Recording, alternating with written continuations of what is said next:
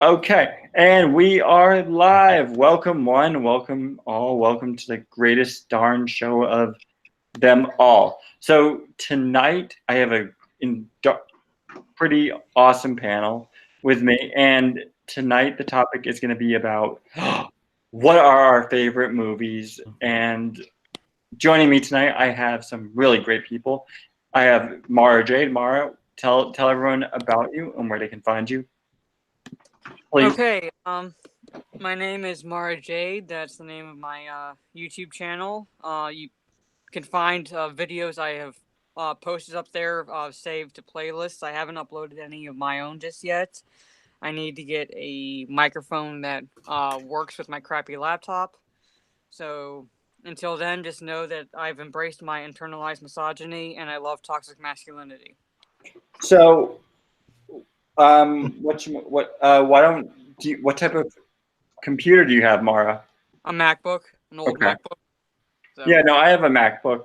Yeah. It has a pretty good mic. The one I have is pretty old, so I would need Oh, a slightly newer one because the mic is good, but there's some feedback to it. So I'd have to either clean it up in Audacity or break down and get a new one, which is what I'm going to have to do eventually. oh, okay. Oh, wow. That's actually kind of cool. Introduce the next person. Okay, you're patient. You know what? Just because of that, You're definitely buying us dinner, Vase. okay. That wasn't me. But Trap or Vase or whoever friggin' said. Whoever did it is buying us dinner. I think it was Vase is buying dinner. Yes. Mary. I don't have any money. Wait, are You you? have a pool. Find For some. next week, yeah. All right, That well, BYOB. Come back. Let's have a pool You, party. Wait, you have a Vase, pool and I'll bring. It's not going to be bring your own BYOB because you're going to buy me a beer when I come down to Baltimore. I will. Okay. Get out there with that BYOB. No. Actually, I have 2 gift cards to a brewery down here. No, $100. Vase, that's not how it's going to work. If I come down to hang out with you, you're going to spend your hard-earned money. Like, stop using that as a cop-out. Use that when you have a girlfriend. He's laughing because he knows he doesn't earn money. Earn it. Guys, any newsy news stuff? Hi, Mary. Mary. Nice Hello, hat. Mary. Hi, Is Mary. it cold? You look like it's winter time. I'm sick. Oh, Okay. Ooh. So. Feel better, Mary. That sucks. Mary Mayhem, because you're sick, I expect you to go to bed at a reasonable hour tonight, not like 2 or 3 o'clock in the morning. Mary, is this because we That's watched reasonable. part of The Last Jedi yesterday? I blame Really you. affecting you. Bruce. That would have to be it. I Yes. mean, Vase, how could you do that to her? well, considering that you have you have Vaz who had to subject you to that garbage. I'm fine. Look, it's just a little cold. It's fine. I'm gonna take a little more Dayquil here, and I have to wait. Oh. 4 hours. Well, see, it wasn't my fault because, as we all know, it wasn't snow on that planet; it was salt. Oh, No, so no. Mary's not. That's sick, why they she's- put on their snow trooper armor. God, that movie's terrible. Let's go Too back much into the good sodium. stuff. We're talking about movies we like, right? Yeah. All right, okay, sorry. Crap off the stream. So I I got blame my brother. completely sidetracked with Vase taking me out for a beer. And Vase, the rest of us dinner. I like red wine and I like roses with my dinner. Thank you very much. Well, obviously, and I'll get the mariachi band to play something special. Okay. Thomas I likes a love that. gentleman. Well, then we're in trouble. Sometimes I'll try and find one. it really all depends on the occasion. If I'm going I think Trap is a gentleman. yes, you Much did. agreed. Oh, is that a good time for him to introduce his channel? Okay. That's what we were doing. Okay. Yeah. Great segue. Hi, everybody. Cool your friggin' jets. Okay. My name is Alexander Trapp. I am the founder of It's a Trap Productions. I basically make cartoons and creative stuff, and I try to do so without any agendas or plans. I just want to make fun stuff for everybody to enjoy. So my YouTube channel name is It's a Trap Productions. That's trap with 2 P's with an exclamation point. And yes, I've heard all the Admiral Akbar memes directed my way. So thank you. Awesome.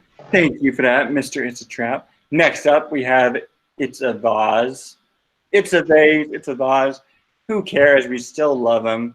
tell everyone about you and where they can find you, please. You can just type in "It's a Vase" under your YouTube search bar, and my channel is now the first thing that pops up. And what I do there is reactions to trailers. I make memes. I make my own trailers based off of popular trailers. The one I'm working on right now is a Logan style, using Johnny Cash's "Hurt," but using the Dark Knight Rises footage. So I'm going to use that. And then I'm doing another one with like Anakin Skywalker, but with, again, Johnny Cash's "Hurt." And I just did a couple with Heath Ledger's Joker, so that stuff's really awesome. Check it out. And I don't know, I'm a huge nerd and a filmmaker. Being a nerd is never a bad thing, ever. Nice. Awesome. Thank you for that. Mary Mayhem, tell the lovely people about you and where they can find you. And I would be remiss to say congratulations yet again, Mary, for hitting the 1,000 subs. Woo! You are Wow, man, thank you so much. Closing in on 1,200 now, actually. holy Yeah, I'm super excited about that. I am Mary B. I am the Mistress of Mayhem, disruptor of the narrative and official Whammon card holder. You can find me over on my channel, Mary Mayhem. Super easy, barely an inconvenience to find. You just type in Mary like Christmas, because we're happy over there. Mayhem like the chaos that I am. And you can find me over there talking about newsy news stuff during the week and having a little bit of fun on the weekends with shenanigans, karaoke, and D&D. So yeah, lots of fun to be had over on my channel. Kind of keep it a little fun, keep it a little light. Sometimes I go off on rants. Like Let's put a smile on that face. Oh my god. And next up, we have Mr. Hoff Solo. Hoff, tell everyone about you and where they can find you. Hey, what's up, guys? I'm not gonna tell you where you can find me physically, but online, What a online. shame, what a shame. Well, maybe one day if we get close enough. Online, you can just search Hoff Solo on YouTube. I do a podcast. It's also on SoundCloud and iTunes, and I have a lot of fun with that. It's kind of my baby there. And I got a new video up. I think a lot of people have seen already in this group about Alita versus Dark Phoenix, and I won't go into that now, but check out that video. And yeah, thank you, Thomas, for having me tonight. I appreciate it, man. And hey to everyone on the panel. Always good to see these faces I saw that or video, huh? icons. Not I saw that video. There was a Logan's Run reference in there, and my heart got full. Love Logan. My problem is I don't know where Logan's Run is. What? okay. No. You Mary, nerd. Mary, this is where I have a Your fight. nerd card right now. Mary, To be fair, I don't know what that is either. So I have a Oh, confession come to make. I've never Is it- heard of it, and I don't know what it is either. Oh God.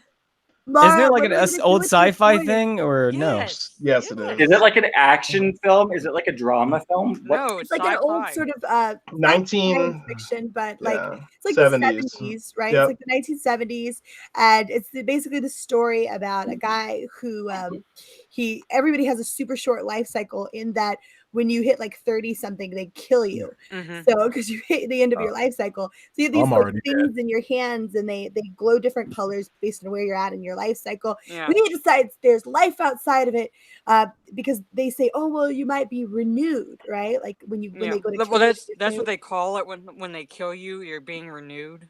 but you never really get renewed. So it's sort of like Yeah. reincarnation, but it Yeah, never but- really happens. It's like So he finding out they're takes off. lying to them. So A government lie. yeah. Yeah, it's a conspiracy, and so he takes off and learns to have a life much longer outside Yeah. of what they would have allowed him to have. It's a really fun movie, actually. I like the Mm. colors. That, It's a lot of fun.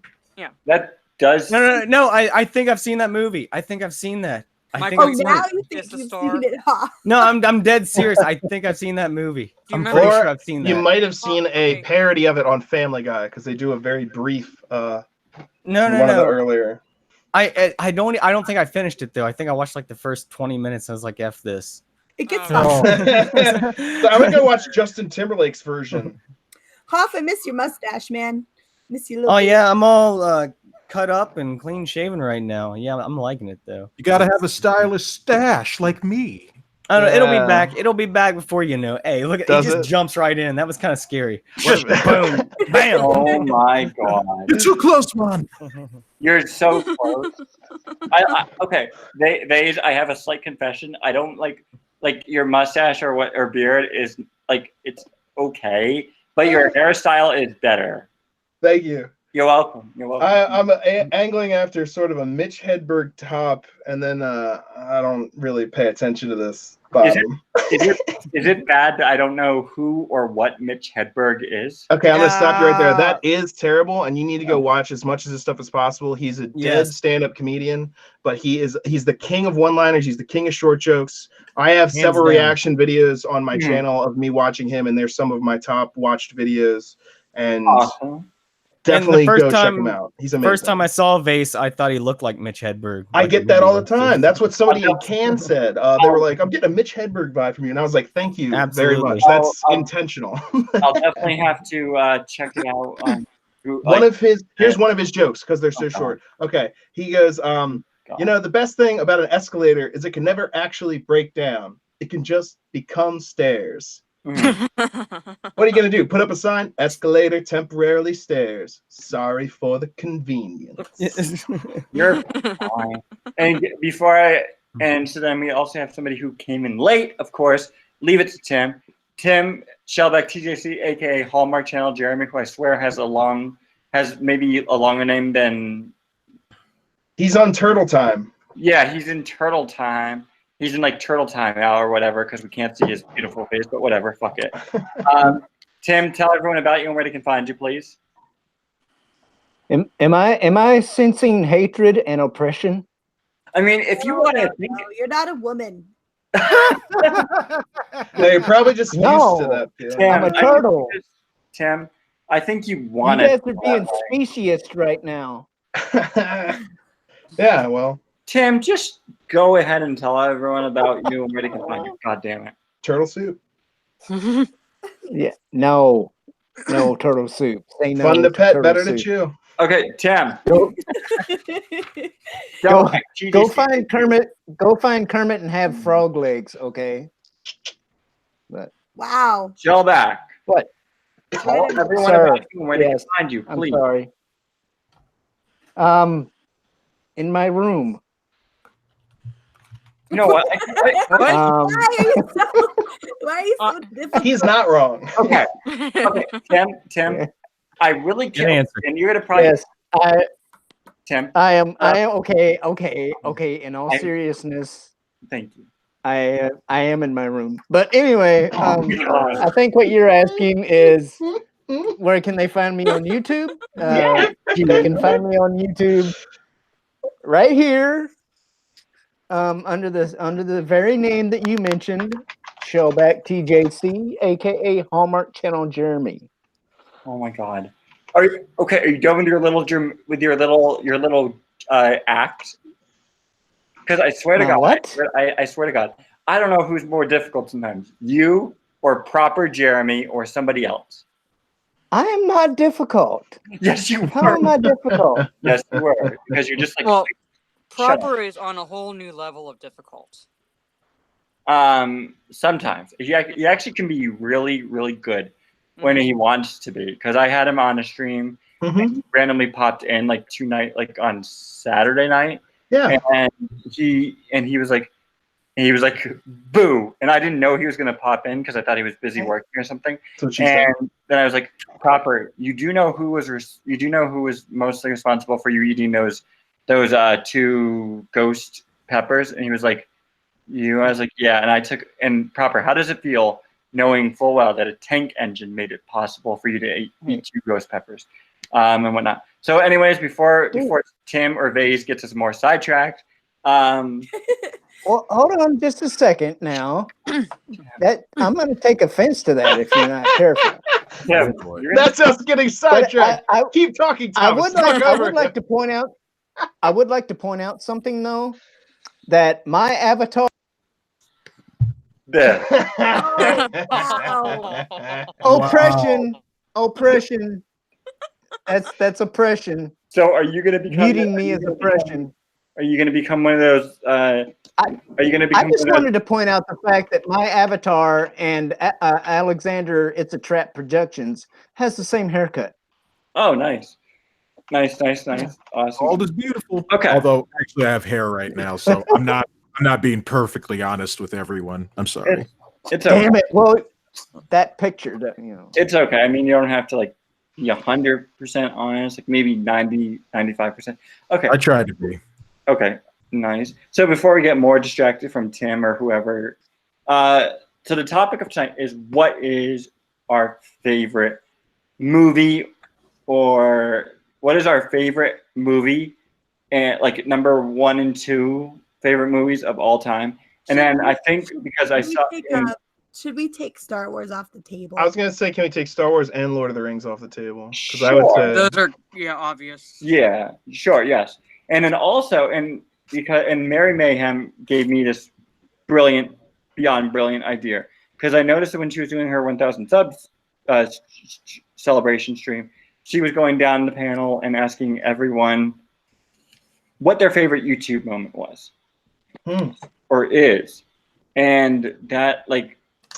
YouTube moment for their own. I'm sorry, I'm just asking. I'm clarifying. YouTube moment in general. It can be either on your channel or it can be something that you've experienced. Okay. So I would imagine, and this just, so I'd imagine, you know, for example, when we get to that, your favorite YouTube moment would be geeking out over Odin. That was funny. No, it was funny just because of the situation, but that's not my favorite. Okay. Yeah, we can discuss that. You know, when that happens, or when it happens, sure. Yes, exactly. So, all right. Since Tim is a late bloomer, he came in late because he wanted to. Tim, what is your favorite movie? Hey, you carry a shell around on your back all the time and see how fast you are. Hey, I'm faster than you in general because I'm a train. So it's not the size of the shell; it's how you use it. Exactly. Tim. So what is your favorite number 1 and number 2 favorite movies of all time, and why? And it can't be Star Wars or Lord of the Rings. The Last Jedi and Suicide Squad. So now we have Tim like Chris Knight. I'm sorry. I just, it's a he good thought thing the I didn't number have 1 a lie and number detector. 2 were bathroom codes. Yeah, it's a good thing I didn't have a lie detector hooked up to me at that moment. I don't know. Okay. Yeah. Well, in all seriousness, recently, one of my favorites to come down the pike was a little movie by a slightly known actor of the name Clint Eastwood. Mm-hmm. And it was called The Mule. Okay. It was based on a true story. Yeah. Yeah. So the funny thing about that is that one of the chefs I work with at my job, he's been saying to me, Thomas, have you seen The Mule? Yeah. And I'm like, no. And he's like, well, when you see it, let me know. So what is it about the Mule that you really like? So like, well, it's just, why is it your favorite movie, apart from the fact that it has Clint Eastwood and he is regarded as one of the greatest actors to ever grace the silver screen? It's just, other than the fact that it's based on a true story, Mm-hmm. It's just, it's real, it's like, I know a lot of people go to the movies, as, escapism or whatever, but he took a true story and still found a way to, like, put in, some comedy and just all different aspects, of life, you remember the old, the what is it? Emblem, I guess you'd say, of theater, with the happy mask and the sad mask, comedy and drama. Mm-hmm. This movie had it, and it was like, and like part of the reason was because it was not PC, I mean, if anything, it was like just making fun of all of that crap, you know, and just his like there's one scene in there, right, where it's he had stopped somewhere and he's got done with the eating or whatever it was he was doing, and there were these lesbian ladies with a bunch of motorcycles, right? Yeah. All right. It's redundant. Yeah, and Lesbian ladies. anyway, he sees them hunkered down on the ground, you know, trying to fix this bike. Well, he just so happened to be like looking at one of these more butch ones, you know, and he's like had I don't know if he said, you know, sir or whatever, but anyway, he said something to him, you know, like a suggestion on fixing the bike, and the lady, you know, stands up, and he's like, just the look on his face, like, oh, you know, and like she says something, and he goes, oh, you're a woman, you know, and she's like, yeah, we're dykes on bikes, you know, and he's like, oh, okay, you know, well, have a nice day, dykes, you know, and he walks onto his Have a truck, nice day, you know, Dyke. and just, If you that's know, how I mean, you're, it's very, yeah. it was very like straight man comedy type of situation, but I don't know, it's just, Well, you know, I think that scene especially was funny because they said that to try and get in his face, like, we're dykes on bikes, and he's like, okay, you've just called yourself Yeah, dykes, so now it's right. okay for me to say that, essentially. yeah. He's like, okay, dykes. But, you know, that and the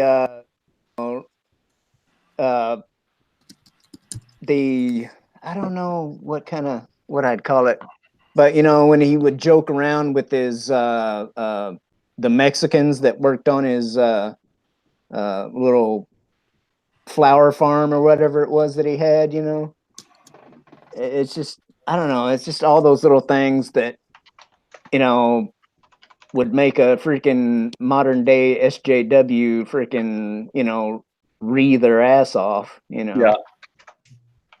Huh. But but I mean, it's just done so well, you know. 'Cause, True. I mean, which, you know, coming from Clint Eastwood, I would not expect, you know, anything less, you know. I mean, the guy's like, well, it was a movie. The true character, the real person, was like 90, and Clint was like 88. You know, when he did the movie, which was Good God. well, I guess he's still. I don't think he's turned 80, 89 yet. But anyway, you know, he's in his late 80s, and I mean, the guy's just been hitting it out of the park. You know, I mean, he's an old dude, but you know. Well, now I know why you said Suicide The Squad. Mule, the Gran Torino, Mhm. Trouble with the Curve, you know, just, I mean, Yeah. Yeah.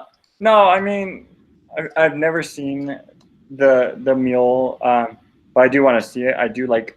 I'm not the biggest Clint Eastwood fan. I think he is a darn good actor, but there's just something about some of his movies I just don't really care for. However, I will say that I think with Gran Torino, which I loved, I think he was completely snubbed for an Academy Award that year. And I loved Trouble with a Curve as well. So The Mule is your number one. What is your number two favorite movie of all time?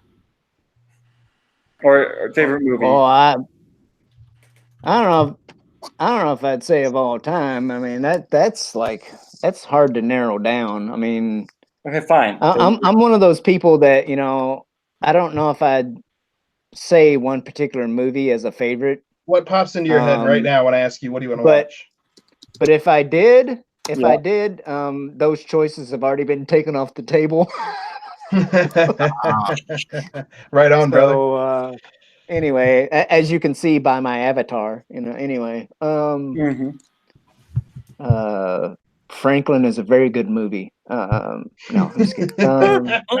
Hey, Damn, oh my God, you're a pain in the ass. But I don't know. Let's see what else.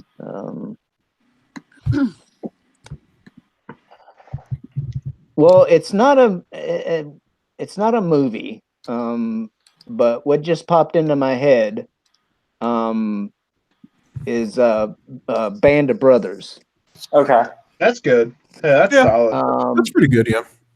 That's I mean, it was a mini series. Word. For those who don't know, and it followed What kind of music? Easy did they play? Company from the So, what kind of music did they play?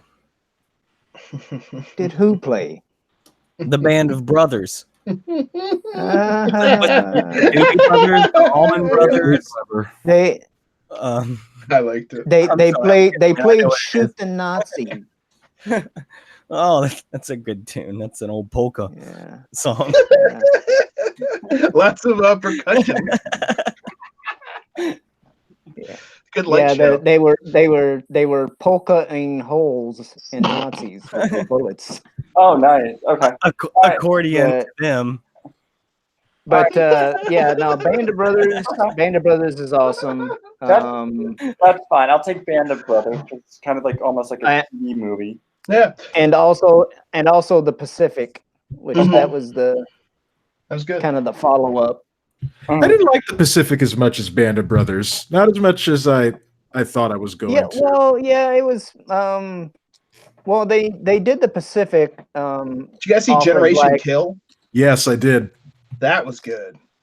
Yeah, I think I enjoyed that a bit more than the Pacific. So Yeah. we, you can. I'll allow the Band of Brothers because it is a mini series, which can kind of be perceived as a movie in some. In this age of streaming. Yeah, exactly. All right. Those are two good choices, Tim. Thank you for that. Okay. Next up, Mara. What are your two favorite movies? Number one, Yep. mainly because it was a movie that I always would want to watch when I was a little girl, and that was the 1939 Wizard of Oz. Yeah, Nice. Mara. Okay. Great choice. I thank you, Mara. Hail to Mara. That's a classic. That is a So, and whenever my parents would ask me what I wanted to watch, it was before I could pronounce my TH sounds. Mm-hmm. I'd always pronounce it like an F. So and I call it Dorothy. I wouldn't say Wizard of Oz; it was too long for me. But so I'd say her name, and that's what I want. I even went as Dorothy one time for Halloween, and I think I still have the little red ruby slippers I wore when I went. Follow the yellow brick road. Yeah. So hey, we represent the lollipop guild. no, I still remember the song. I still remember the song. It's my favorite movie growing up. Okay. So, I think the thing about the Wizard of Oz is that it transcends, it transcends over time. Like Mhm. you watch. Timeless, yeah. Yeah, exactly. You watch it. I mean, I don't think none of us on the panel were alive back in the were born in 1939 or 1950 or whatnot. So, but I mean, every time when you watch it on DVD or it was on TV, it's just a timeless classic. And it's actually the movie they used to play like once a year, every year, like back when TV was kind of a new thing, especially color TV. Yeah. And did you know originally they wanted to the executives been trying to screw up movies forever. They didn't want to include the song because it was running too long, Over the Rainbow. They wanted to cut that. Yeah, they Never wanted to mind. cut that. Also, originally wanted to get Shirley Temple to play They the did. role Yep. of Dorothy, Hmm. and They tried to get her. there's a movie called The Bluebird. I think it's called The Bluebird with Shirley Temple. And if you watch that, it would give you an idea of how she would have played the character, and it would not have worked. I I'll think definitely have Judy to- Garland was the better choice. Yeah. And it was also, I'm talking about transcending time. It was one of the first films to actually use color, real color. Mhm. And then not only did they utilize it, they started it out in black and white. Now that's something that nowadays that's like a thing that people do. It's like, oh, this is the normal world, and then when you get in color, like this is the surreal world. True. But literally, Yeah. that was the first time that was ever done, and it was the first time that it was even possible. Mhm. I mean, it is a groundbreaking, wonderful movie, amazing songs, great story, out of the park, nailed it. Oh, And the set design too. I Yeah. watched the modern remakes and stuff they Yeah. do now, and it somehow the CGI doesn't even compare to those painted backdrops that they have there. I mean, Yeah. absolutely. I think also, I think the fact that because I recently, I think it was back, it was like September or August, and they brought the TCM Turner Classic Movies brought The Wizard of Oz back into theaters for just for just 3 days, and then they decided to bring it back again for 3 more days, and I got to see it with people who are in their 50s or 60s, and with kids, and just hearing their reactions and just hearing them clap, and because it had I think it was Bert Lars, no, it was Ben Mankiewicz. He did the intro to it, and it was just really cool, and just getting to hear some trivia and whatnot. Okay, so The Wizard of Oz, it's I would completely, I get why you would put it 100%. What's your second favorite movie, Mara J? Can I say a thing or two about Wizard of Oz before we leave the subject? Sure. The movie did and still does scare the ever living hell out of me. Thank The you. movie is terrifying. There's a lot of terrifying scenes in it. It scared me as a kid, and still to this day, I find it to be very weird and surreal, and I don't trust Those it. flipping monkeys. So there's that guy swinging in the back of the tree. You ever Oh seen yeah, that? the dead midget or the dead small person, the person that committed suicide.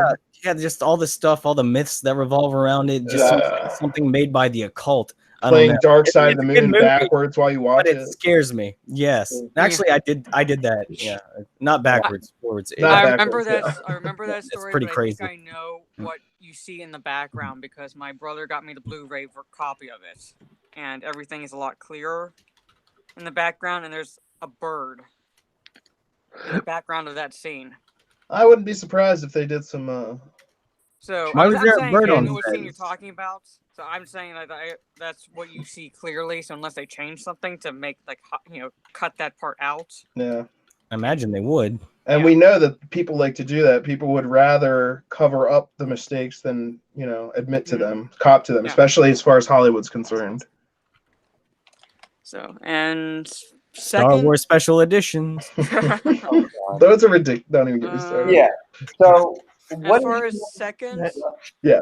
this is what sprang to my mind only because we took Star Wars off the table, but thinking about Star Wars made me think about Akira Kurosawa. Nice. And I would have to say my second favorite is probably just to narrow it down, Seven Samurai. Nice. Dude, you picked some classic, really awesome movies. Damn. I love Which they based the Magnificent Seven off of that. Yeah, that's what I was going to say. Even Kurosawa did didn't give an introduction, but wrote a thank you to the producers from Magnificent Seven, and actually presented one of them with a samurai sword because he was really impressed with what they were able to accomplish, and you look at both of them, and yes, Magnificent Seven is based off of the Seven Samurai, but Magnificent Seven still stands on its own.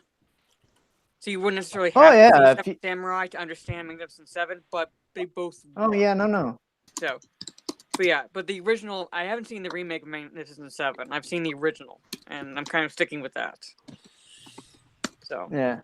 Well, the one with you're talking about the one with Denzel and Chris Pratt and remake. I'm kind of shy away from remakes. They don't trust Hollywood. Yeah. They did a decent job. That was a great cast. Mm-hmm. I mean, the cast looked good. I just don't trust them to do the movie justice.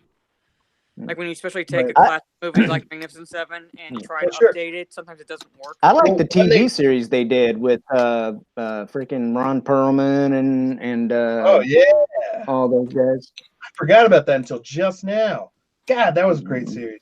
But what I was gonna say was when they put together like an all-star cast like that, I'm always at least filled with a little bit of dread that it's like, are they star-studding this movie to cover up for how the plot is just garbage? Yeah. But that's not. Yeah. Okay, wow. I, mean, Those I are might actually- I might watch it. It's that I generally I shy away from remakes, especially ones of classic movies. Sure. Hmm. Well, yeah, because then you get things like So Yeah. Ghostbusters. Yeah, I know. Don't get me started on that. No, we're talking about Harder. movies you like. We're talking about movies you like. You say that, but like the one that pops out to me is like the Italian Job. With Mark Wahlberg?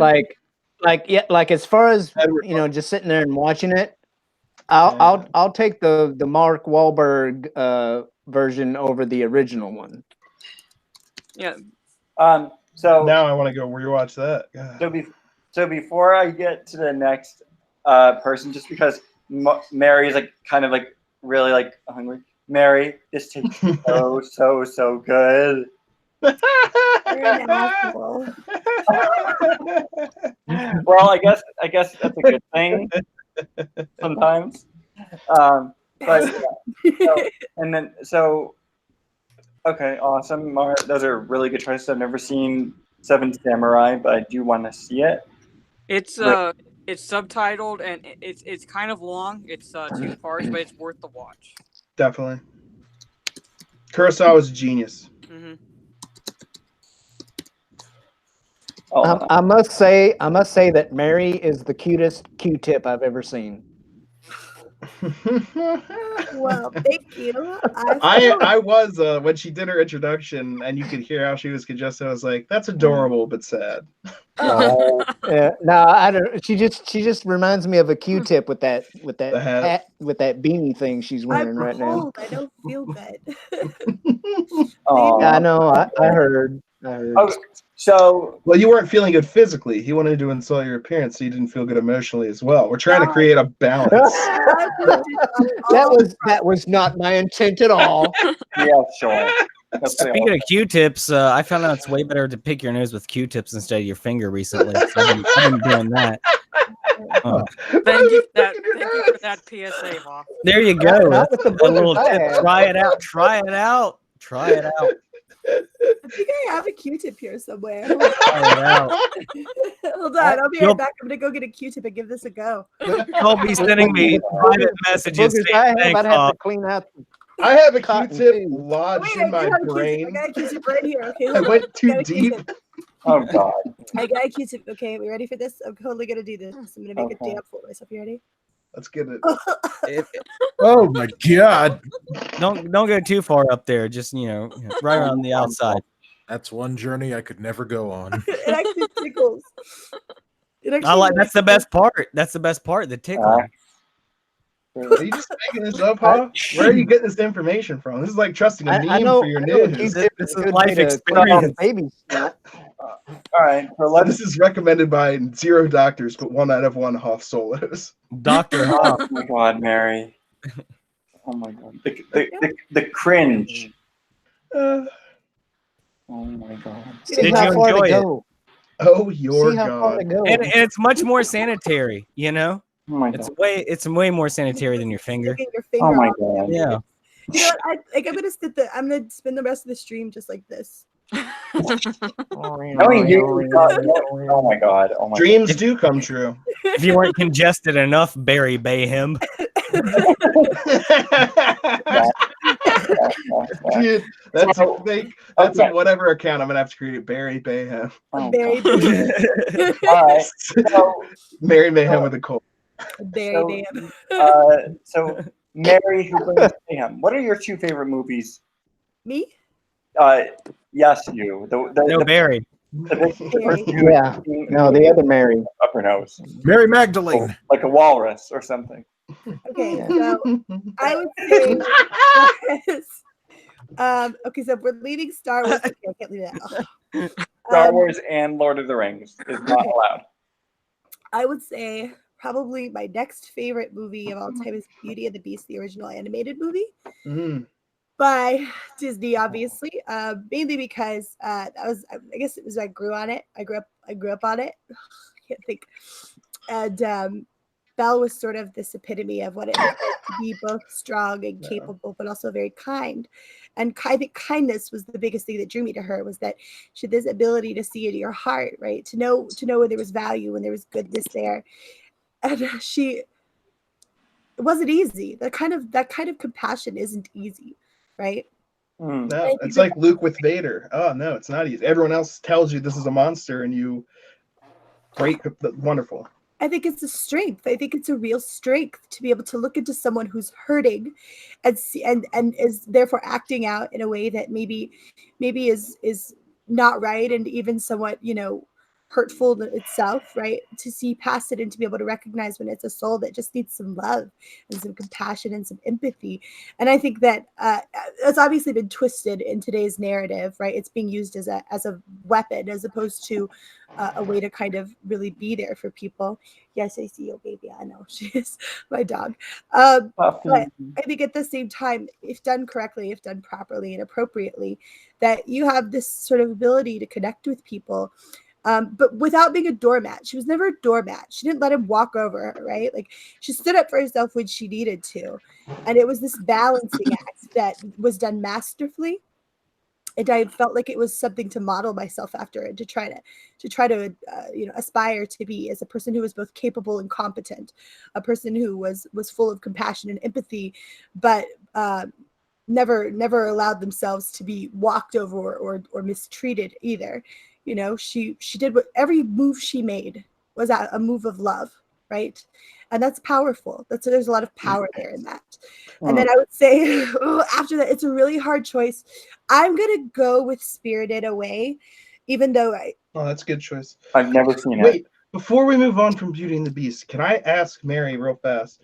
The part when you were talking about looking into someone's heart and seeing past like the actions that they're taking, would you mind if I took that clip from this and used it in something else, or we could do a separate whole different, because that's exactly the kind of thing that I'm all about. But we can talk about that later. But that was one of the best breakdowns of the Beauty and the Beast that I've ever heard. Oh, thank you. Yeah, no, I'd be honored. Of course. Okay, fantastic. I mean, I wish I'd said it when I wasn't congested and didn't sound like this. But... Well, that's what I was saying. If you want to like redo it at some point, but I like this came like straight from the off the cuff from the heart, and I appreciate that kind of thing. And that was if it was closed captioned, it would be good. I mean, let it be instead of M's, but Barry Bayhem tells us about.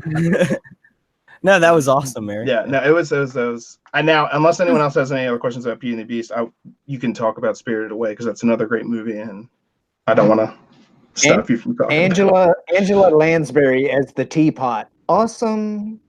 Yeah, it's not just the memorable and iconic moments, and of course, Be Our Guest is an iconic moment. There's the message of the movie, right? The movie itself does a fantastic job of focusing on. It makes Belle the center of attention, as she should be. She's the heroine of the story, right?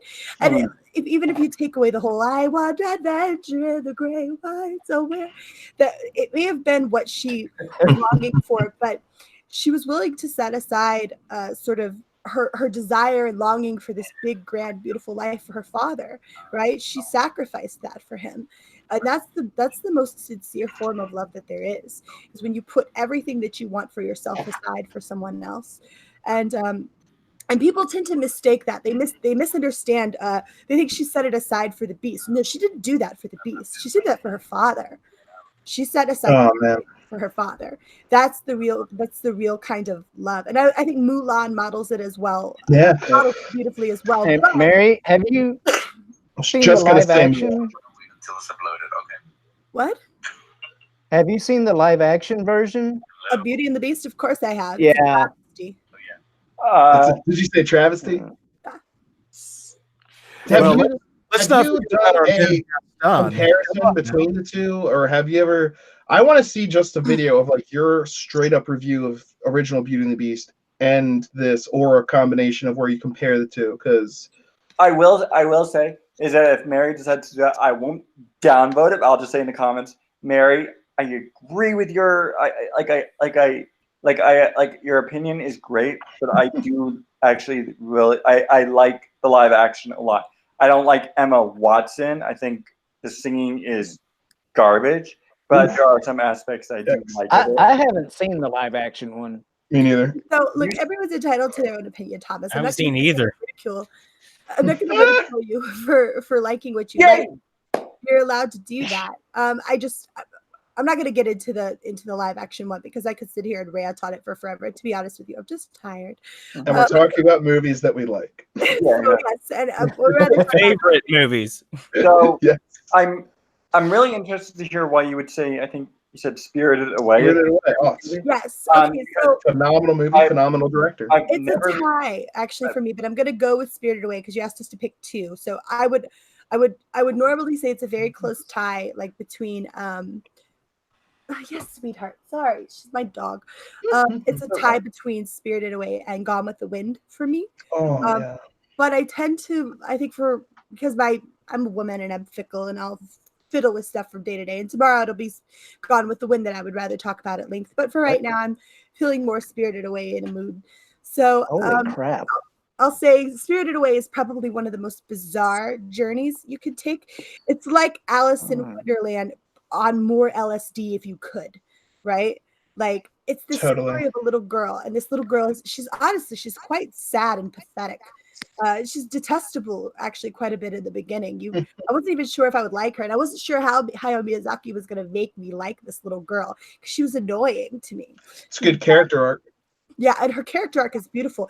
She goes from this whiny sort of little kid who you just kind of want to kick in the pants and be like, "Get out of here! You're annoying! Like, go do something with yourself, right?" Go to Tashi Station, pick up some power converters. There's no escape in Star Wars. That's because they're following the hero's journey. But Mary, please continue. It was something of a hero's journey. She got stuck. She got sort of stranded in this position where her parents, via magic or via the spirit realm, are taken away from her and turned into pigs, which is a really weird thing to do. But from the get-go, you sort of are sucked out of the real world and into this amazing different world, right? You're sucked out of it and you're there with her. Like as soon as you wind up in the spirit realm, you're like, am I on something? Am I on something? I've never even heard of this one till now. I feel like I'm on a trip, right? I've taken acid. I don't belong here. Where am I? What is going on? So you're going down this sort of rabbit hole, if you will, with this little girl whose parents have been turned into pigs, and she's now in the spirit world, and she's in a Japanese bathhouse, right? She's put to work, threatened with death or put to work are her choices. And she's so adaptive. She immediately sort of recognizes this is do or die, and she grabs herself by her bootstraps. She finds her inner grit, this little 9-10-year-old girl who has no previous acquaintance with what hard work is, and she's put into these scenarios over and over again where she has to learn and she has to grow and she has to change, and she has a great deal of empathy about her as well. Creatures that do her a measure of harm actually sort of put her in a difficult situation or threaten her, even if inadvertently or directly. She finds within her a measure of forgiveness, and it's very childlike, her approach to things. Oh, it's okay, you can come with me if you want to, and that's okay. Even this big baby who tries to kill her best friend Haku, and Haku is a giant mystery. You don't know if he's good or bad, and he does wind up being good in the end. And you're and not to spoil it for anybody, but it's just sort of this great roller coaster of a ride. And in the end, it ends on the most poignant of words I can think of. This girl's gone through this journey, right? She's developed and evolved from this child who's annoying and can't do anything for herself, and she falls down all over herself all the time, to this child she's left the spirit world. She's gone through this crazy adventure, and her parents, she was moving in the beginning, right? She's like, I don't want to move. I don't want to move to a new school. And now she's in the car with her parents, and they're like, you sure you're going to be okay? It's kind of scary moving to a new place. And she's like, I think I can handle it. And that's the end of the hero's journey. That's the return with the elixir, when you return to the normal world, and you can now better solve problems there or whatnot. No, it's totally the hero's journey. I just want to back you up. That is an amazing movie. For the people that said they hadn't seen it, it's by Hayao Miyazaki, Studio Ghibli. and he has directed and made tons of amazing anime movies. Yeah, gorgeous too. That's the other thing I was going to say. The animation is beautiful, but I mean, if any of these ring a bell, it's My Neighbor Totoro, Princess Mononoke, Howl's Moving Castle, yeah, Antonio.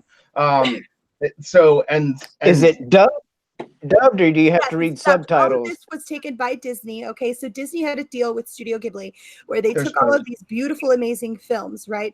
They redubbed them masterfully. These films are masterfully redubbed with amazing voice actors. Like you've got Megara. Something done right by Disney? So well. Done so well. You will absolutely love it. There was Studio Ghibli there, If you're not one of my favorite things to say. Do what? I said it was Studio Ghibli. That's like one of my favorite things to say in the world. Studio Ghibli. Yeah. Although, wait a minute, Studio Ghibli. Okay, so it says 2001. Yes, so it's a little older. that's back when Disney was still doing good stuff. Okay. Right. And I would highly suggest to you, before you get into anything, Shellback, go watch Princess Mononoke. Yep. Yeah, go watch that first. Then maybe get into like some Nausicaa, The Valley of the Wind. They're a little more adult. Hold on. Check out some of the trailers, Avatar. and I swear to God, you'll instantly want to watch them. So I mean, good. just by that, the animation style alone, I looked at it and I was like, wow, I got to see this. And especially just because we were talking about Spirited Away, and that one, I mean, with like the food and then like the moving, like roiling stuff when that stuff's happening, I'm like, how? I was blown away. Soulmates? What's that? Vase, you want to be soulmates? Oh, sure. So you know what? We can be Spirited Away together. This chick is riding a wolf. Yeah. Mary. So All right. They're awesome. you know what the funny thing is? So I've never seen Spirited Away. I've heard of it, but because of you talking about your love for it, I think I'm gonna have to check it out just to see if it's good, in my personal It opinion. is so And amazing.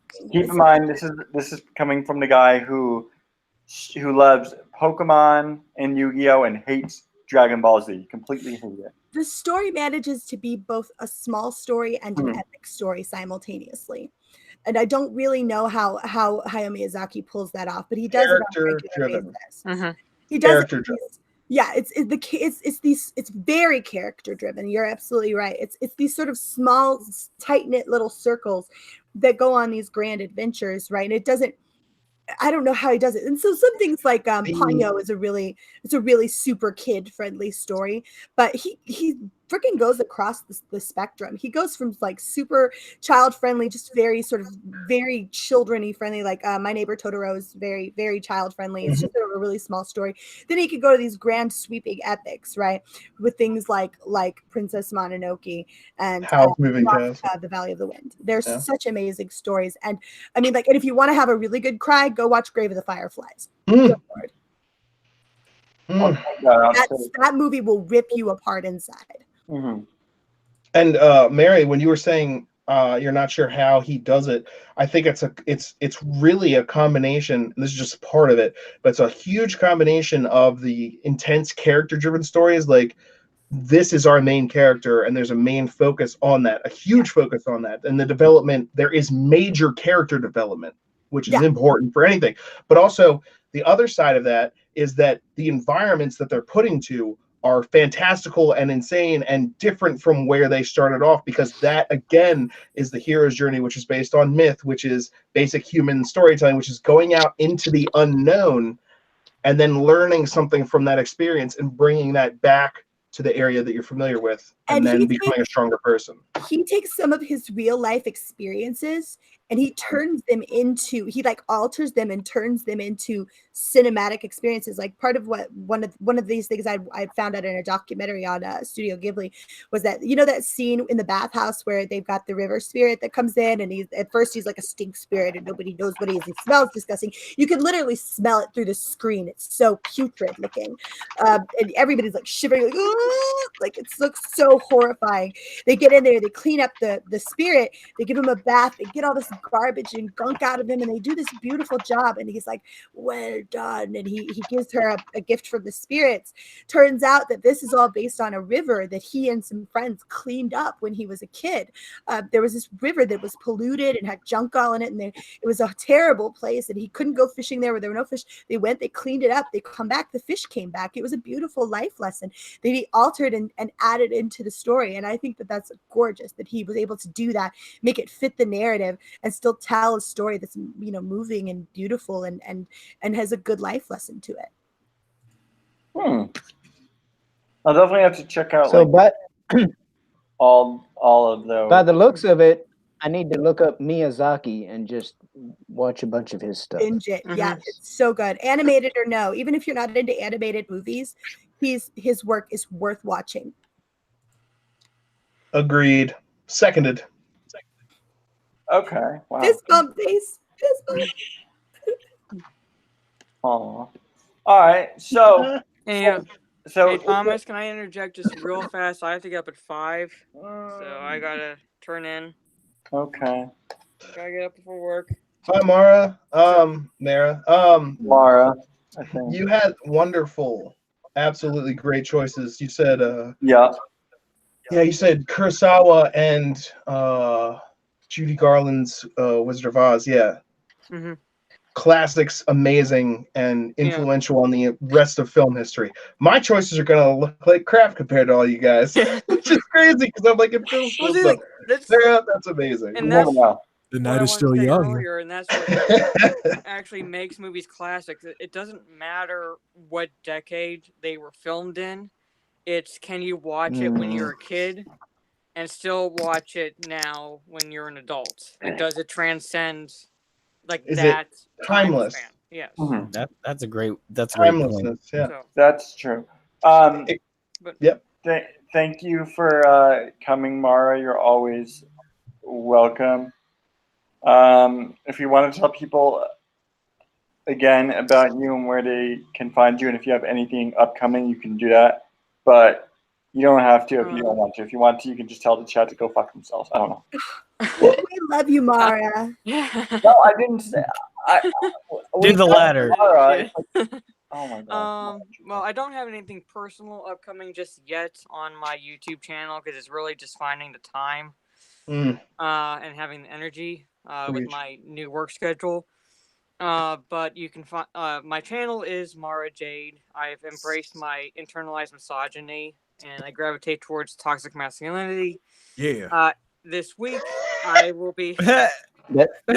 Yeah. And that's why she is so sexy. This week I'll be on Mary's channel tomorrow for her Wednesday Night Mayhem. Woo! And if I remember correctly, I'm going to be on her shenanigans stream on Friday. I think so. I think I've got you. Yeah, I've got you on there, Mara. Okay. So you'll be able to hear me on those 2 live streams tomorrow, Wednesday, and then Friday. And you can also find me on Twitter under the handle OG Mara Jade. And I generally use that to tick off SJWs. All right. You did Which is well. why we all enjoy it so much. You got Infamous put in Twitter jail, didn't you? Well, like I think she got herself put into Twitter jail, but I just got her blue hairs in that twist. Well, they're not blue. They're not blue anymore. She went natural. Well, It was there's a nothing wig natural anyway. about that woman, so Yeah, it's a wig anyway. We all Yeah. know that. so. But yeah, I just basically got down in the weeds against her little white knights that came to her defense. So Gosh. you can only take so much with them, and then you just mute the conversation because they just come back with the Oh, same you have stupid. to. Yeah. Well, it's at a certain point, it's Luke Skywalker throwing the lightsaber away. Like, I'm not gonna put myself down on your level. Yes, pretty much it comes to that. Well, and then they're like, I won. Yeah, Yeah. they are exactly like that. With that inflection. Spot on. That's Oh my Victory, God. run away. And how that's ridiculous. That's So, funny. but on that note, I will say good night. You can catch me tomorrow and then Friday on Mary Streams. Good night. See ya. Bye, Mara. Thank you for coming. You're welcome, Thomas. If you have another live stream and I can jump on, just let me know. Okay, yeah, I don't think I won't be able to do any host any live streams this weekend because I'm flying out to Detroit, Michigan for my uncle's funeral service. So Well, whenever you can. Okay. So. Yep. I got you. Mhm. And I will see you all later. Good night, Night, Mara. Good. Love May the you. fourth be with Love you. ya. Mary. Night night. Alrighty. It's a vase. What are your two favorite movies? Just two, not 501. I know, right? Dude, you know it's been very tough for me, and I've been actually giving this a lot of thought, and I want to do one current and one that I used to watch back in the day over and over. So I'm just going to do them in no particular order. The first one is the one I used to watch back in the day, and that is The Boondock Saints. I've never seen that. Oh my God, Thomas! Yeah. Right now, okay, just leave the stream running right now. Go to a freaking Redbox or something and find Boondock Saints now. They are Go. not We'll going to wait. have it at the Red We Box. will wait. Go. No, go. We will wait. No, I'll do it. I'll do it when I get back from Detroit. So that is basically the tale of two twin brothers, Irish brothers. They live in Boston, I think, and they go on a literally killing spree that they think is from God, and they team up with one other guy who's this Italian guy who knows all the mob people, and it is an amazing movie. It was actually canceled from most cinemas from showing actually in the theaters because it was going to screen right around the time that Columbine happened, and then Columbine happened. They're like, we can't have this violent of a crazy film in the theaters, or else there'll be more school shootings. And then clearly that didn't make any difference at all. But they made a second one, which wasn't as good, but it was still all right. And then I think last I heard, they're working on a TV series, but it's called The Boondock Saints. And the two Irish brothers are freaking hilarious and amazing. And one of my favorite lines from all of the things is like I think it's the Russian mob comes to shut down this Irish bar on St. Patty's Day, and they like try to buy the guys a shot, and they're like, come on, everybody's Irish tonight, and they slap the drinks out of their hands, and the bartender's like, why don't you make like a leaf and get the fuck out of here? Yeah. And they're like, yeah, he's got a wee Make like a tree. Yeah. And like that's one, and he has Tourette's. And that's the other thing. So he's constantly saying like crazy, cuss words. Like he says it in front of some nuns and children, and the two brothers are like, none of that, Carson, was directed at you. And that's not to mention the crazy violence and amazing. Great movie. I used to watch it all the time. I'm probably gonna rewatch it soon. Willem Dafoe plays a gay whatever FBI agent who schools all the local Boston Irish cops, and like the amount of like Irish jokes and Italian jokes and all kinds of stuff like that, and Russia jokes. I mean, and don't. In this, not to interrupt you, sorry, but one of the things that that the modern movie makers could learn from this movie alone. Okay, so Willem Dafoe, right? His character is gay. Yeah, his character is gay. That dude he's like, right. He's talking on the phone. He's just calling him about a murder, and he's literally, and you don't know that he's like actually gay at this point. There have been like comments thrown around and like suspicions, but like a bunch of people just got murdered. And so like they obviously call up the FBI guy who's there to investigate this stuff, and like he's in bed, and then you see this Asian dude like pop up around and put his arm around him, and he's just like, and he slaps the guy, and then he tries to do it again, and he slaps the game. He's like, I'm trying to cuddle. fucking fag.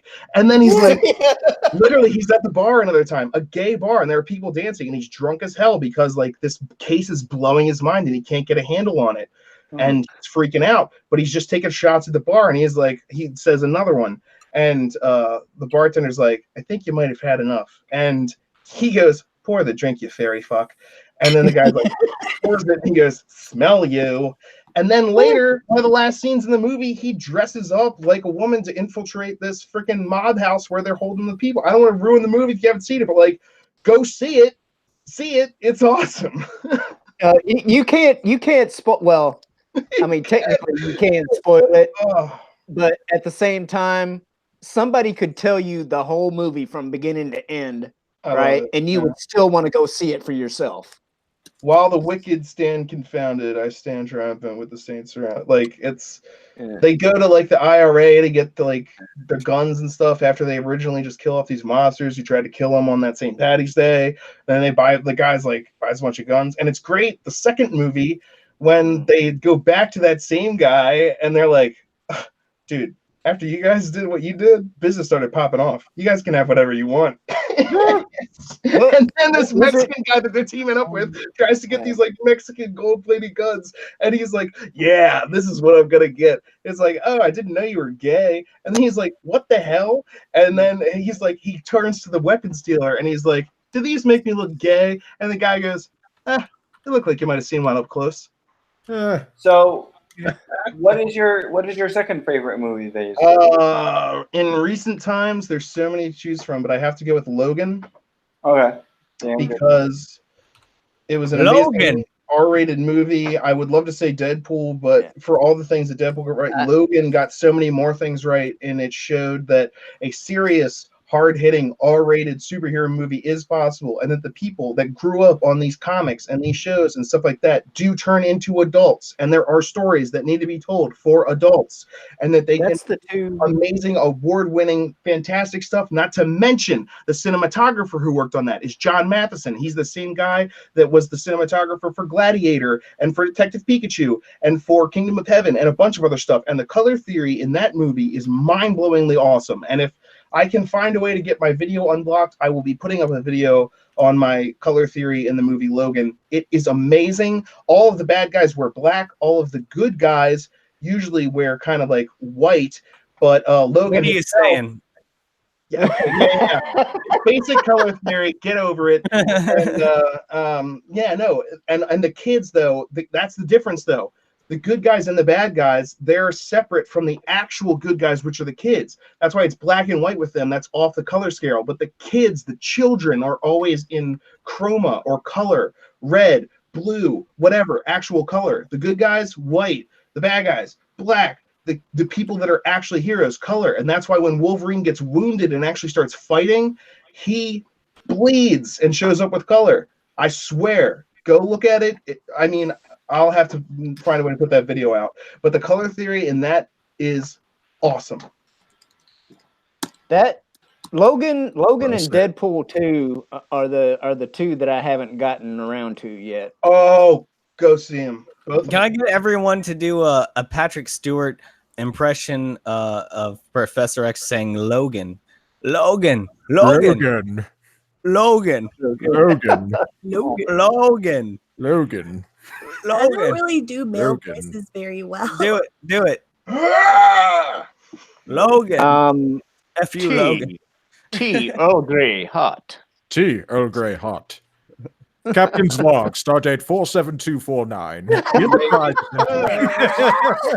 Strap, you're very good at that. I was just watching some Next Gen earlier, last night. Oh my god. I was on the Star Trek binge. And he does the voice acting. TNG got me through the 90s, man. I was actually watching a Next Gen, not last night, but the night before on Netflix. A little bit. The one where Q shows up and they take his powers away. And they're falling at the planet as well. Yeah. I have no powers. Cue the innocent. Cue the misanthrope. Cue the liar. Yes. Awesome. So, okay. Those are two really good choices. I can't say I I can't say I would consider Boondock Saints to be a good movie because I haven't seen it. I will be seeing it.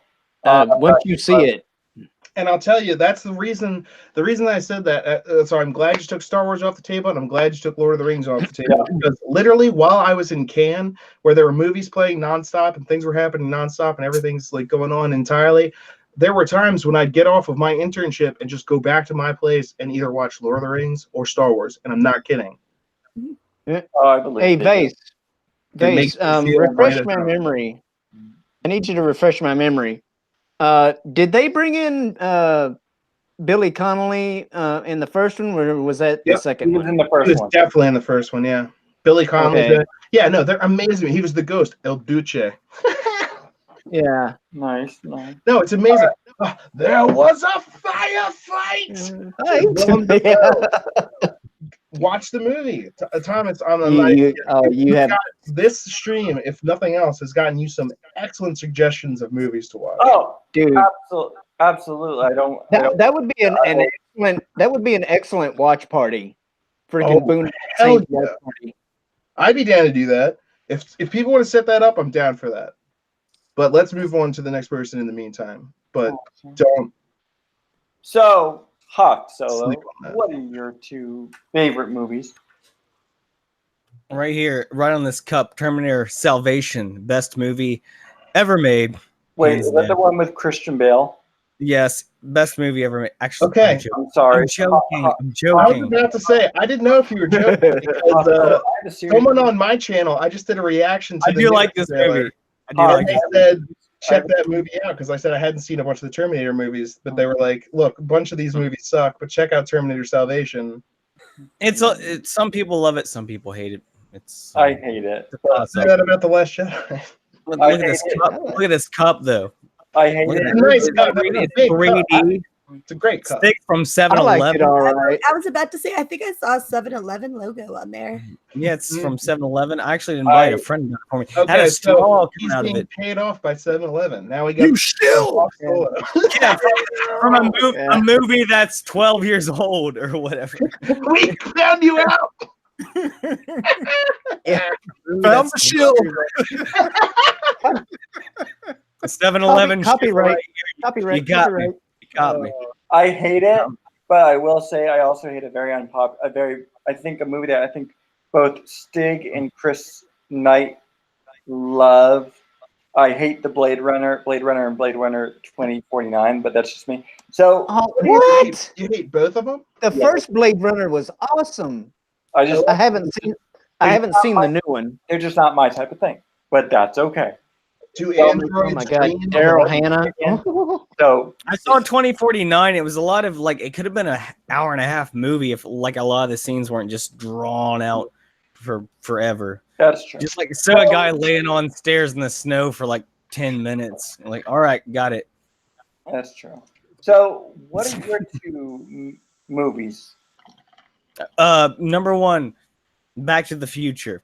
Good. Oh, good one.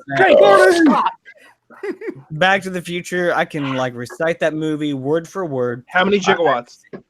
1.21 gigawatts. What the hell is a gigawatt? Just testing No. you. I love it. I can recite that movie. I can recite at least the first two. The third one I'm a little rusty on. I still love it. If Back to the Future 1 is a 10, then 2 is a 9 and 3 is an 8. That's my they're all great. Hoff, They're all great. So that's like the standard. that Hoff, you you are my density, Hoff. yes. Darth Vader came down from the planet Vulcan, and he said he was going to fry.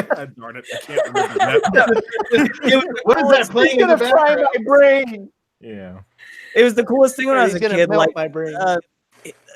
Michael J. Fox. All right, when you're a kid, Michael J. Fox is cool. Everyone knows that, especially if you're a guy. You know, Michael J. Fox, he's cool. He's got nice shoes. He's got a nice outlook on life. He's got nice hair. He's He knows how to shake Michael his J. ass. Fox. Well, no, but So is it weird for me to say you kind of remind me of Michael J. Fox? me. Yeah. Well, maybe I feel because like you're taller. I probably am. I'm like 5. Never mind. I'm not gonna say that. But That not was a trick. 6. And you avoided it. Congratulations. Jedi mind tricks only work on the weak-minded. Ho, ho, ho, ho. Dude, Back to the Future. That Oh, is such but- an amazing movie. But the We still car, did it, yeah. the only thing that confused me back then and still to this day is why Marty was friends with Doc. I mean, it's kind of a weird relationship when you think about it, but made for a good movie. And then, like, I'm They- not a Rick and Morty fan, but people have that now. Let me I think ask what you it- oh, go ahead. I just Just wanted want to you to ask, know. have you seen Rick and Morty is based on, I know, like Doc Okay, and Doc Marty. and Marty, yeah. I knew that. but wait, what was it? You said you didn't understand why they were friends. Have you seen this? It's one of the things that started my love of trailer mashups and genre switches and like making your own thing out of established stuff. But there is a video on YouTube, and I suggest everyone go watch it because it's hilarious. But it's called "Broke Back to the Future." Oh God. He's my doc. Oh God. I don't want that in my search history. But anyway, Back to the Future was a great movie. The first one in particular. That car was awesome. Everyone knows that car was awesome. Yes. And then you got the Libyans coming after Doc. You got uranium or plutonium, and he told him that he made out of old pinball machine parts instead of actually giving them plutonium, and that's why they came to take out Doc. And then Marty goes back and he sees his parents, and kind Mom of hits picks on him him. up, and his mom, they have a little thing there. He And and then his there's an mom. attempted rape. Yeah, no. Oh He and his man. mom, like they were boozing in the car there before the dance, and that was kind of weird. Well, that was But him. Well, that was who him. hasn't had a fantasy about that? Another Booze one of out. them damn kids jumped out in front of my car again. It was Biff then interrupts him because Marty was supposed to be the guy that was supposed to take advantage of her because that was supposed to be like this is showing that he's not a good person and she won't like him then. But then he can't go through it because he can't stop thinking about it as his mom. And then Biff actually comes in and literally I rewatched this movie recently. Dude, it's rape. Oh He no, goes that's and why tries he's such a. to That's why he's forcibly- the villain. That's why he's the villain. Yeah. Yeah. What are you looking at, butthead? And then his friends lock Marty in the trunk of the band's car so that Yeah. Biff can successfully rape someone. And it's like, so we have a rapist and his bunch of pals who are helping him out, and it's like, good. That's where the Yeah. evilness is, and that's where the whole story pins upon that. You know what I mean? When you really put it in that context, yeah, it's a lot more serious than when you watch the movie. Exactly. But honestly, that's where it all. One of his friends is. is Billy Zane. But also, if that is what I would say would be a toxic male culture, I would say disliking new movies coming out is not attempting to rape. Like, that's the difference there. You know what I'm saying? Well, he also got covered in shit and didn't get the rape in. So that's I mean, no, good. those are good things. Yeah. Those are, I that's hate the manure. defeating of the Demonetized. I'm gonna Word. butthead. Hey, Thomas said the F word earlier. I only said I manure and rape. I only said rape. Back to the Future is one Great. of Great. the best movies around. Talk about The time. F on that movie. Yeah. I grew up- Hoff, what is your second favorite movie? Because we're getting into toxic masculinity and whatnot, and that's like not That's my the topic of this chat. I just think. all right, and you're not gonna like my next movie either. Let's please try to please try to keep this on track, please. What is it? What's your second movie? I want to try to keep this conversation on track and not veer off into who knows what else. I thought we were good, but anyways, Army of Darkness is my second favorite movie of all time, starring Bruce Campbell. Nice. It's the third part of the Evil Dead series, and it's just a very fun time, very stupid time. It doesn't take itself seriously, and if you haven't seen it, you got to see that movie before you die, at least The 8 to 10 times. But yeah, Army of Darkness. dude, the chainsaw hand. Oh yeah, dude. He jumps up. There's that scene where he jumps up and it just like his stump goes into the chainsaw, and then he takes out the pit witch before the walls close in. That's a great scene. Yeah, exactly. You got that. You got that. Hail Scroob. President Scrooge. That's an awesome choice. Those are both great choices, dude. Army of Darkness. Bruce Campbell. He's a phenomenal actor. I knew he's not like he's not A level. In fact, he has a book about being a B-list movie actor, but he's so good and he's so entertaining. And also watch the other Evil Dead movies, Evil Dead 1 and 2. But Army of Darkness, that one's killer. And you can watch it without seeing the first two. You can. Isn't there a TV show based off of it? Yeah, Ash versus Evil Dead. Yeah, Yeah. it was awesome. Okay. It was awesome. Because one of my good friends constantly tells me I should watch it. I'll be like, Yes. okay, I'll get around to it. I have a lot of other shows I need to watch and catch up on and whatnot. Okay, those are actually two really good choices. Mr. Alexander Trapp. Save the best for last. That's Unless Trap. you're Trapp. gonna go 2 times. But Trap, I'm gonna go last because you save the actual best for last. No, I get it. Trapp, Don't tell him Sorry that. about that. Is it my turn now? Technical difficulties, but it's your turn now, my friend. what are your two favorite movies? Well, I've had some time to think about it throughout the course of this here get together. And originally I was going to go with a certain 2 movies, but then it was brought up during the stream, like, what movies basically can you like rewatch over and over again? And while I do like one of these movies, I realize I really have not watched it as much, so I'm going to have to exclude it and just go ahead with this first one. This first one is Teenage Mutant Ninja Turtles, the movie from 1990. Yep.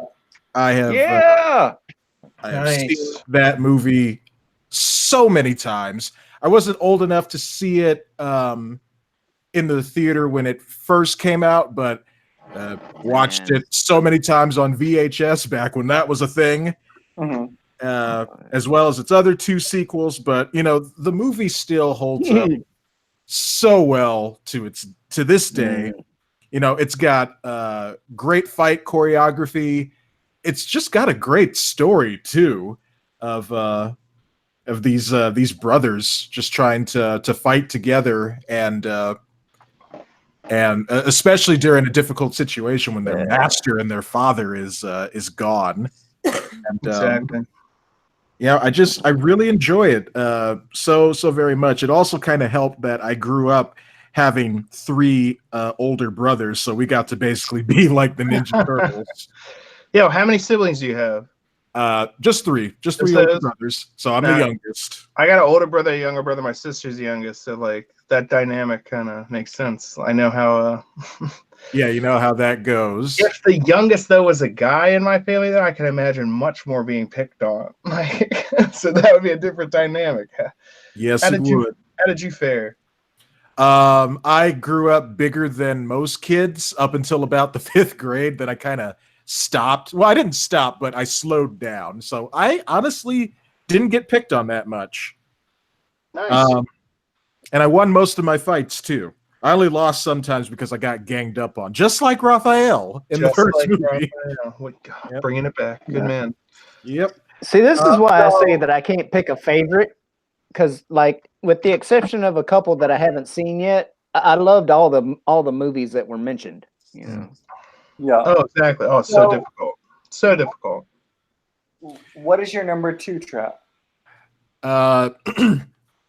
This is a movie that would be considered a classic because, well, it is, and it just it goes to also my love of giant monster movies. Nice. It is the original King Kong from 1933. Oh wow, very. That's one of your favorite movies. Yeah. Expound upon it. Tell me more. Well, I grew up watching giant monster movies my whole life. I'm a huge Godzilla fan. And I did eventually see Gojira, King The Kong. new one. Yeah. No, not the new one. The original King Kong versus Godzilla that came out in 1962. there would always be these monster movie marathons on like TNT or TBS back in the day, and some other channels. And I was always so annoyed that that King Kong won that fight back in that movie. I mean, that movie's like 50 years old now, so no spoilers there. So I did eventually get to see like other King Kong movies, and eventually I saw the original, and over time I came to see how it was regarded as a classic and just a trailblazer, if I could speak, in terms of visual effects, because back in the 30s there was no such thing as CGI. Yeah, no, the effects in that movie when you appreciate what time it came from are absolutely amazing. Yeah, Willis O'Brien, I believe, was the lead stop motion animator on that, and there's so many iconic scenes from that movie, like all of the dinosaurs and Kong fighting against the T-Rex, and just how brutal that match was. Of course, you can't mention King Kong without mentioning Fay Wray, because she was the object of Kong's desires. He was willing to stomp on a lot of people. Kong was such a jerk in that movie. Remember that one woman? He goes into like her apartment looking for Fay Wray, picks her up, sees it's not his woman, and just drops her from the top, of that skyscraper. I've had nightmares so many times of just like a monster's just gonna pick me up out of bed and, I don't know, throw You're me. not the sexy black man. I was looking for a different. Exactly. You want Samuel L. Jackson. In a trap. Exactly. Okay. Those are. Now I want to ask you real fast, because there have been.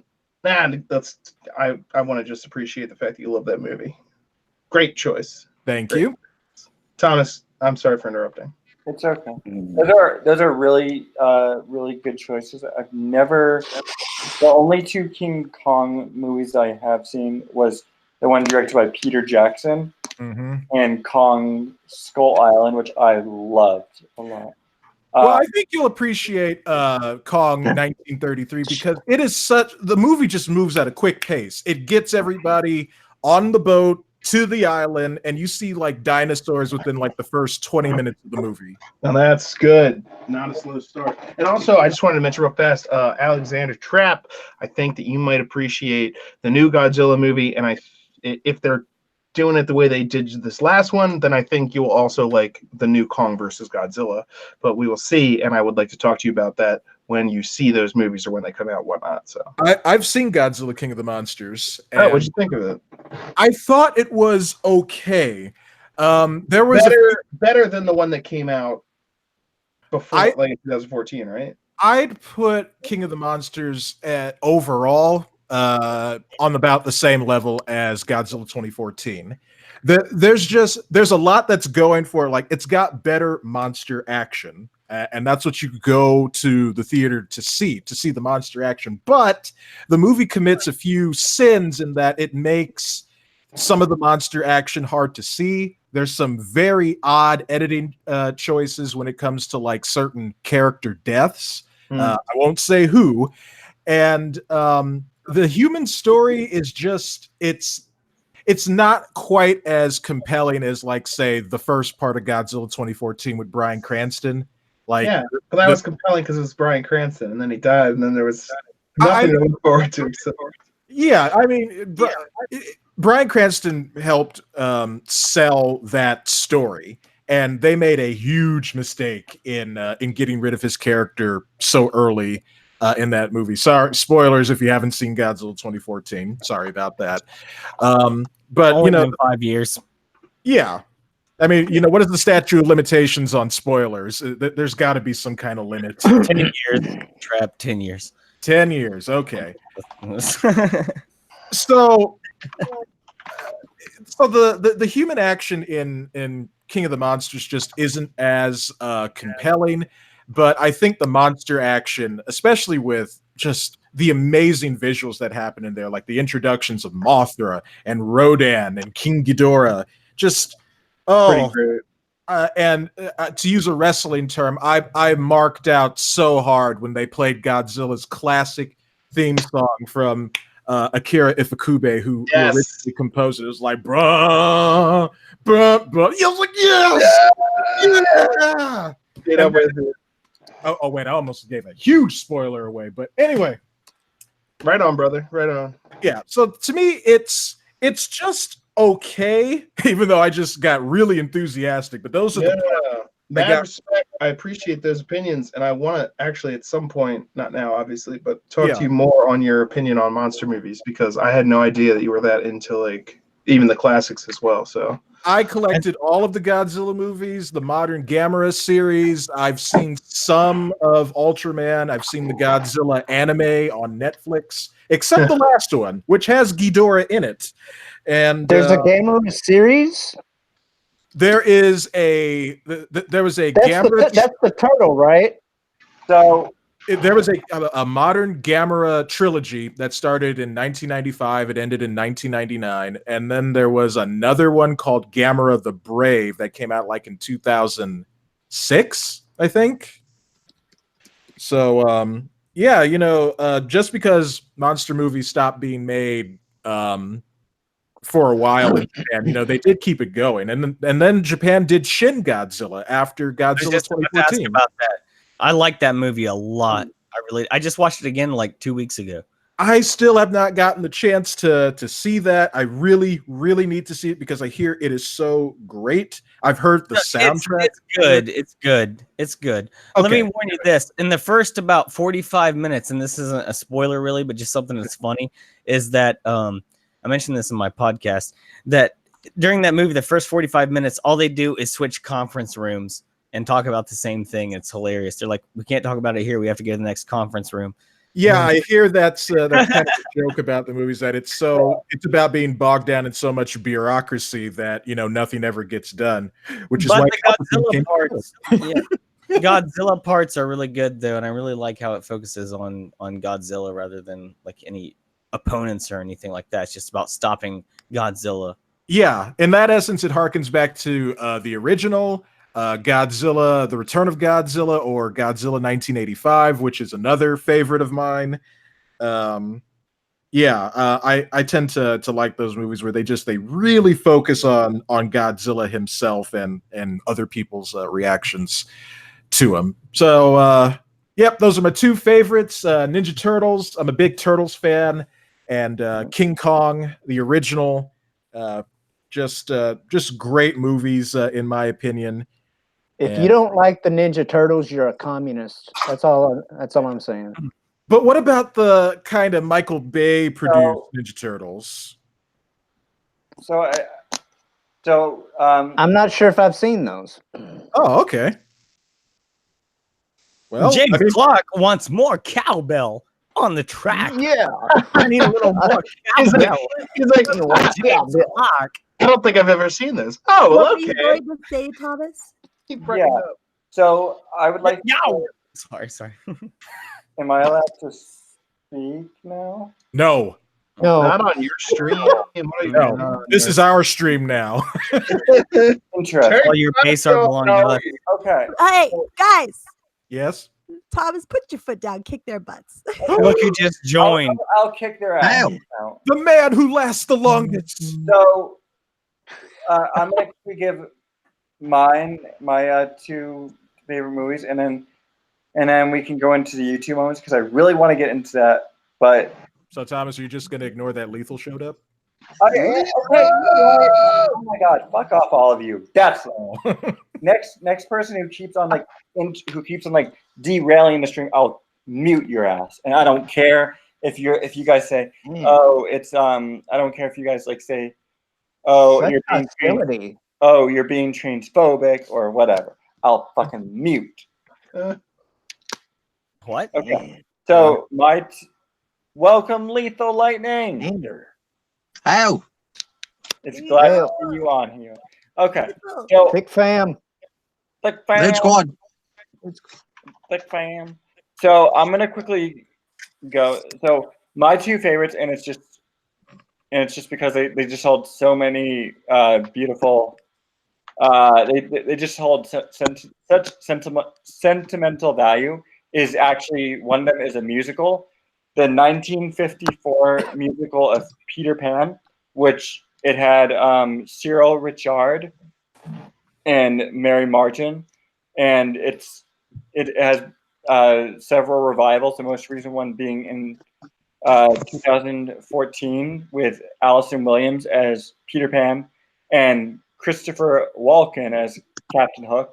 And it's just I've always been a fan of Peter Pan and Captain Hook in general, and I love this. I love music, and I love how in the movie Captain Hook has a song about why he does what he does, and it's just I love it. And yeah, also a Broadway version, but was also on DVD, so I consider it a movie. My other favorite one would have to be The Rock with Sean Connery, Nicolas Cage, Ed Harris. Nice. Directed by Michael Bay before Michael Bay directed garbage movies like Transformers and whatnot.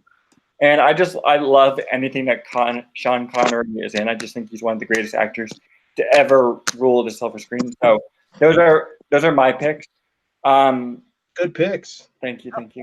Lethal. If you can quickly give your two favorite movies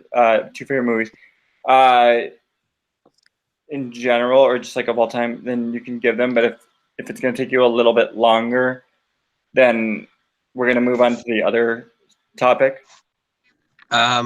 My favorite movie of all time is John Carpenter's 1978 masterpiece, Halloween.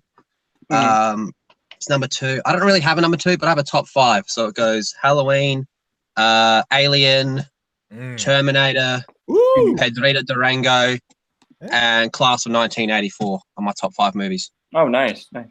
All right, cool, awesome. So what a varied group of people we have here as far as favorite movies go. I love it. Well, we also have some representation as well. Yeah. We have the Australian. Me. We have Trap. We have Hoff. We have Vase. We have Mary. We have a turtle. Darth Vader. Yeah, you have a white guy here in Hoff. Caucasian representation. That's right. Get it.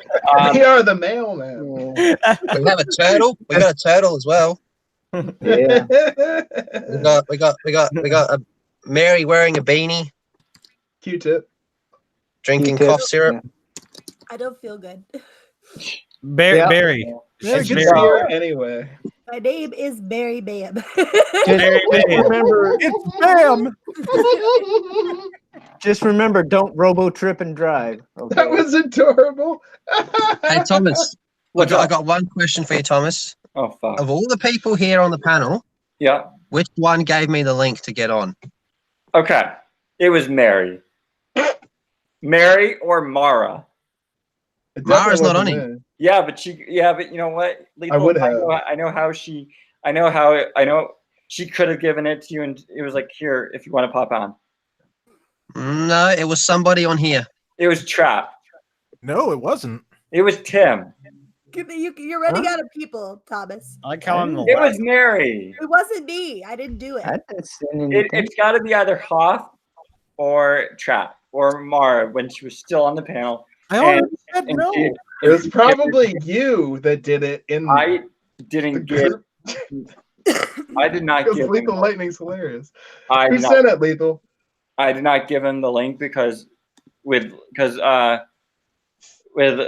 Lethal's like schedule, like it's kind of sometimes hard to predict or I tell. don't give out links if they're private. Like if it's a link that's already in KOTOR, I'll shoot the link to whoever. But if the link was put in a small group chat, I don't do that because that's disrespectful. That just sounds like a perfect way to cover your tracks, though, doesn't it? So maybe it was Mary. Oh, I didn't do it. Oh, Why well, I everyone got here should somehow, follow. and it was one of you. It was one of you on the panel. But I didn't do it. It was one of you on the panel, and I know which one. Lethal, you know I didn't do it. Wait, did I do it? It was Mary. He's got to check his history. I didn't. I don't think I would have, but I don't think I did. But you know what, Lethal. Regardless of who sent you the link, whether it be Mary, Mara, Vase, Trap. Look at Mary freaking out when you say a name. It wasn't me. Yeah. Fuck off. Whether regardless of who it is, that doesn't matter. The fact is that you're here, and I want to get into the next topic because it's a very. I gotta go. My lunch break is over. I just wanted to pop in and say hi to everybody. Oh, Hey, bud. And leave you all scratching your heads as which one of you was it. Lethal, Great to I see will you. find out if I even have to put out a video. Subject title. I'll just give you one clue. One clue. It's someone on this panel. Oh my god, you're an asshole. I hate you. Like All right, Mr. I gotta Mystery Night. It could be. Take it care, could- everybody. Thomas, Take care, always good to Lethal. see you. Mary, Lethal, get don't better set us up soon. like that and then just jump I will- out, man. Lethal, I will You're find you. recusing yourself. Lethal, I will find out. Even if I have to Uh, spam you on, like when you're going live on YouTube, I'll spam and say, "Who gave you the link?" Don't frame me, bro. Don't frame me. Don't frame me, bro. All right, talk to you all later. All right. Hey, Much love. Randy, Who let him in? One second. I didn't do it. thought this Yeah, was an exclusive club. Mary, I would believe you, except you and Lethal are like uber close.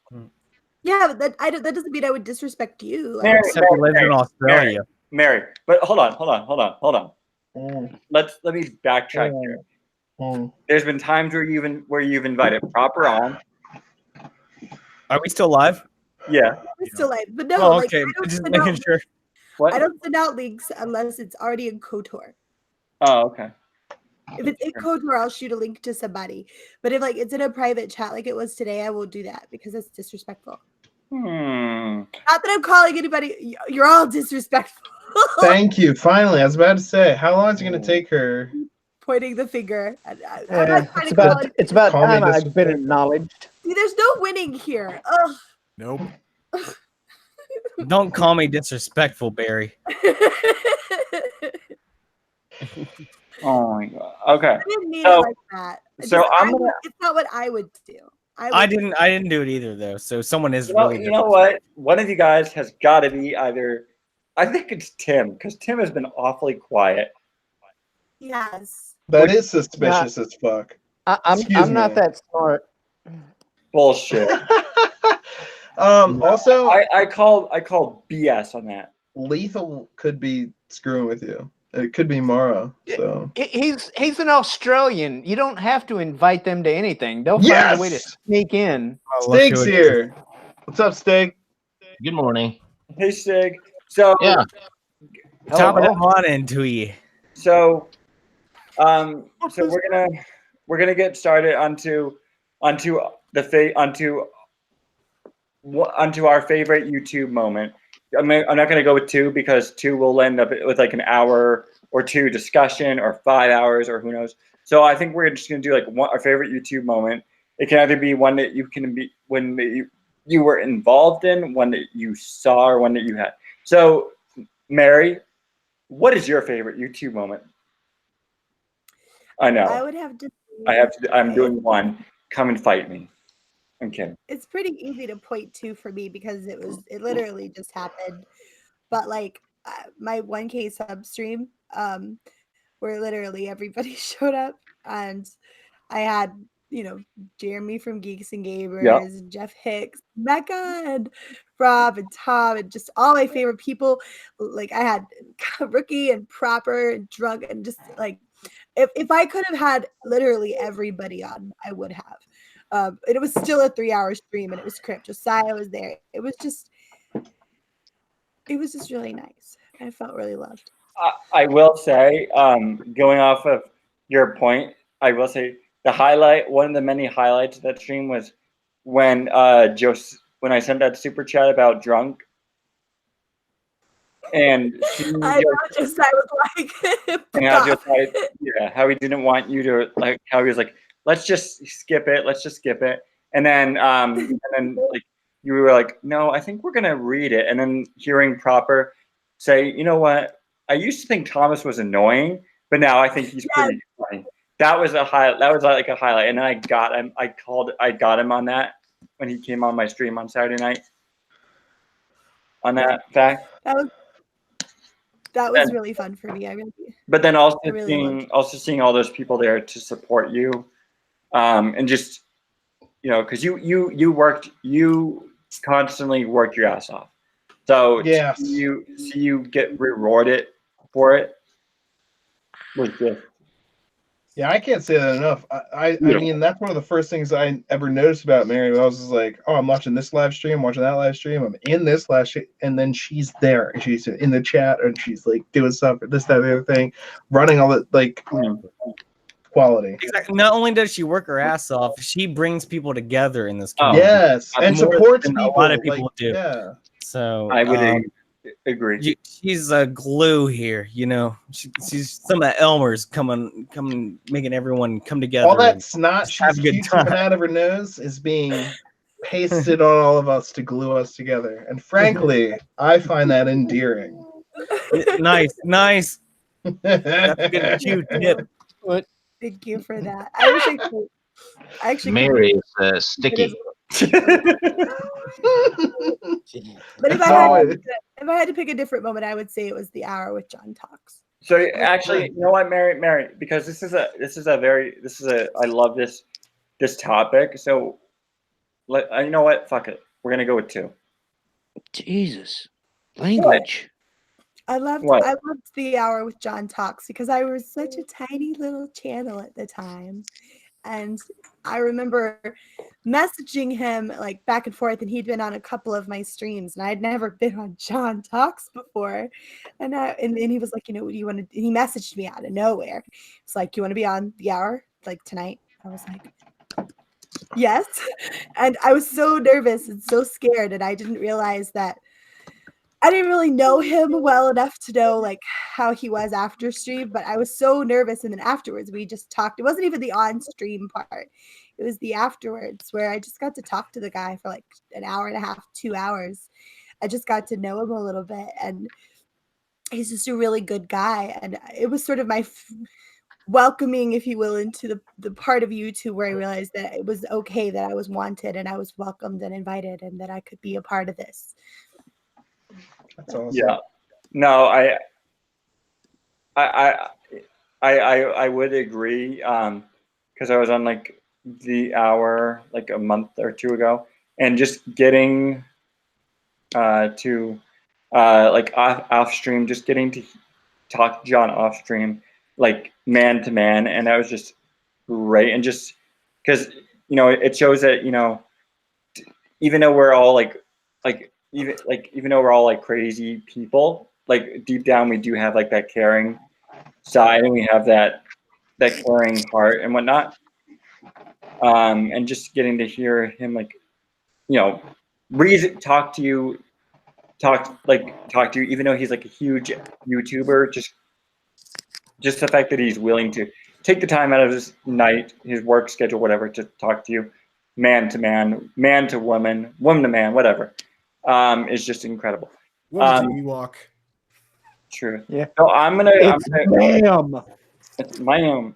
So I'm gonna quickly say mine because one of the people, or actually 2 of the people, is on.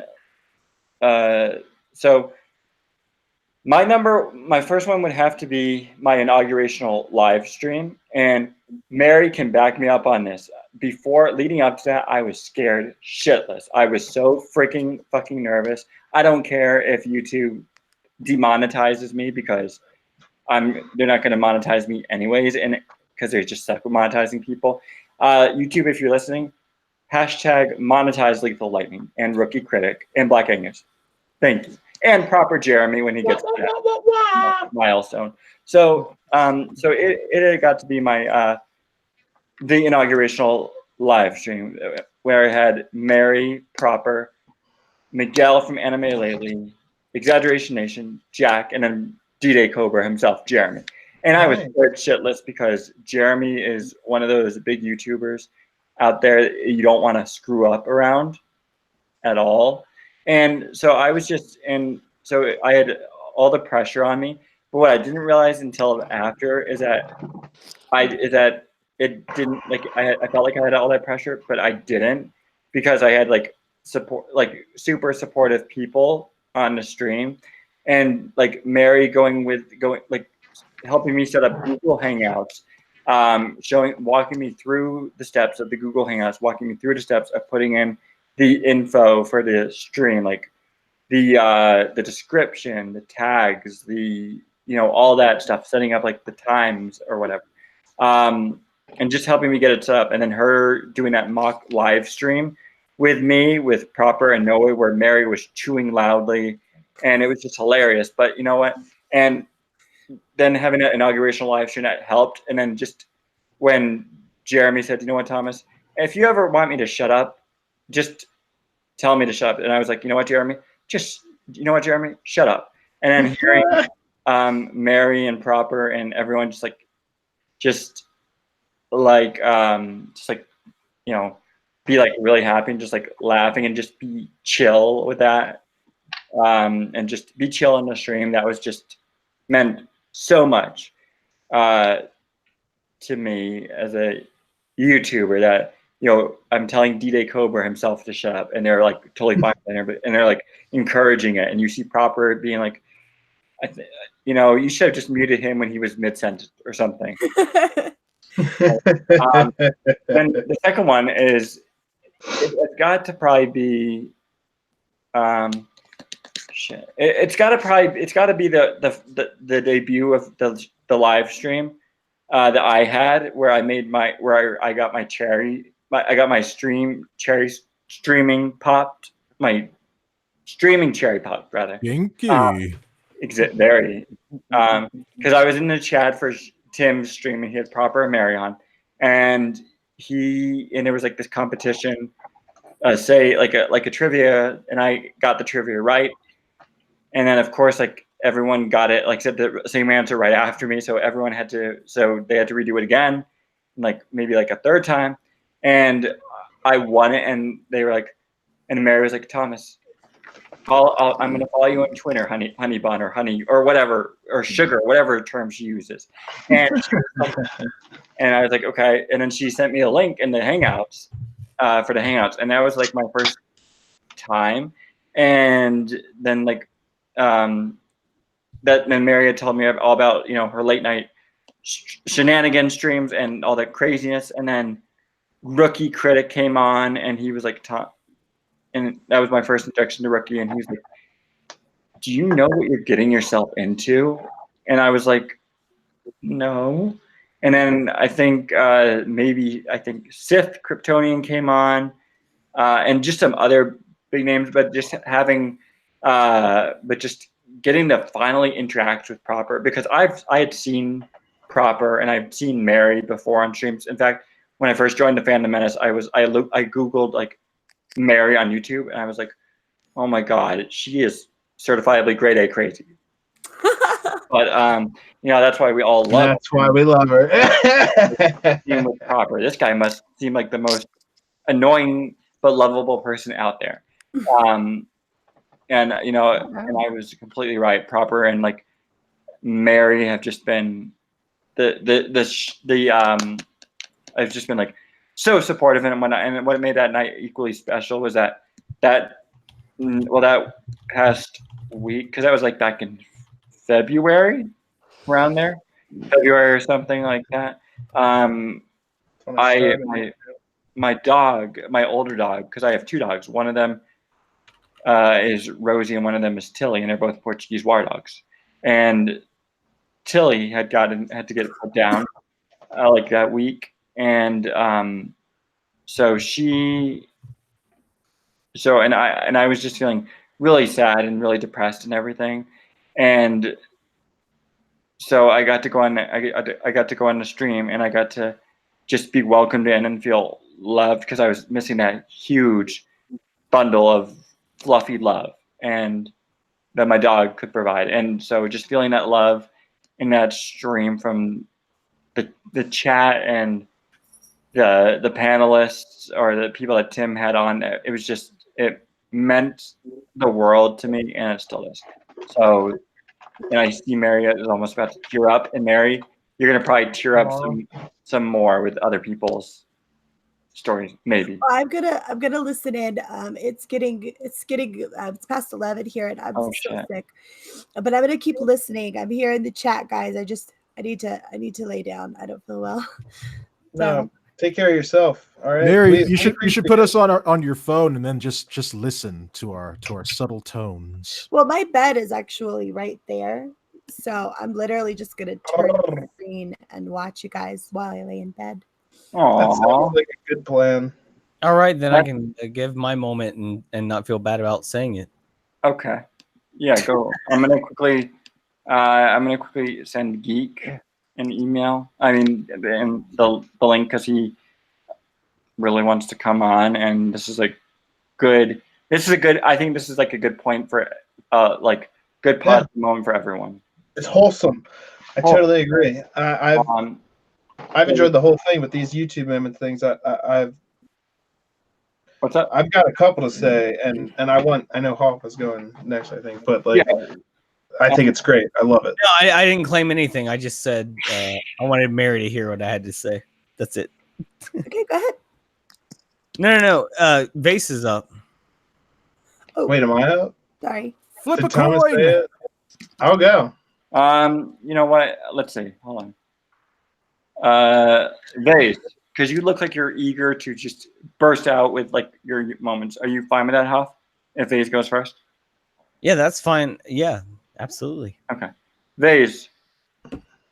Well, if I get to do two, one would be the time when Black Angus Reviews found me in a random live stream of the High Council when I was shouting things, and invited me to the Fandom Collective and invited me to a live stream out of nowhere. I had no idea what the Fandom Collective was. I knew what the Fandom Menace was. And I knew World Class Bullshitters, knew Geeks and Gamers, knew all that. I didn't know. And then, so the first live stream I ever did was Black Angus Reviews, Drunk 3PO, Exaggeration Nation, Abu Nas, Lethal Lightning, and some other people. Yeah, no, it was huge. That's an all-star lineup, bro. It was amazing. And I went on some rants, and Abu Nas is going, preach, brother, preach. And I'm like, later I find out that this is the coolest dude that I've ever met, and like most of these dudes are the coolest dudes I've ever met. And so immediately I was 100% in. And then down the line, I was thinking that, like, because when I made this channel, I was like kind of at the end of my rope and trying to do some different stuff. And like, I got to do this because I have to do it. I've got to start saying these things. And I thought, Fandom Collective, I finally found like these people I can relate to and talk to and everything like that. And I thought that was going to be. And then when Mary invited me into the KOTOR, everything, then I was like, this is, if Fandom Collective is like business associate friends or whatever thing like that, like fellow creators, other people, then KOTOR is like family, and that was huge. So that is my number one. All of that. Number two was literally another time during Star Wars Celebration.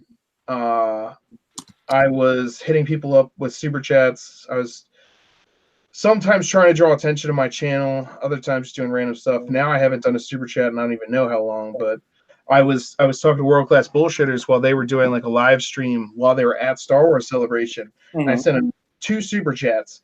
And now it's one thing when they like read your chat and talk about it, and when they like say like if you put something in their chat, it's not like, oh, I quote them as saying this. It's like, no, you paid them to say that. I understand that. Like, I paid them to read these questions. But then they talked about it. They talked about 2 different things that I talked about. And after the second one, they said, just Jeff Hicks said it just to the whole everyone. He was like, and you know what? I absolutely agree with you. It's a Vase Productions. Everyone, if you can go follow It's a Vase Productions, he's a huge supporter of the Fandom Menace and everything we do. And he's, right on and this, and that, and the other thing. I didn't ask him to say that. He said it, and I got like 15 subscribers that very day. And that was, and Jeremy has actually done that at one point at a different time too. So I don't want to like say it's just them, but like these moments, I didn't think that I would be able to be a part of them. I used to watch YouTube and see these things and think, oh wow, these people are great, or that's cool, and I wish I could do that. And now I'm actually, the reason I wanted to start this was to do the trailers. Now I'm doing the trailers and to talk to these people about these, and now I'm talking about these things and to like actually communicate with the people that I was watching. And like it's like watching a movie star or whatever, and then they're like, hey, I like what you're saying, and they're like, what the hell?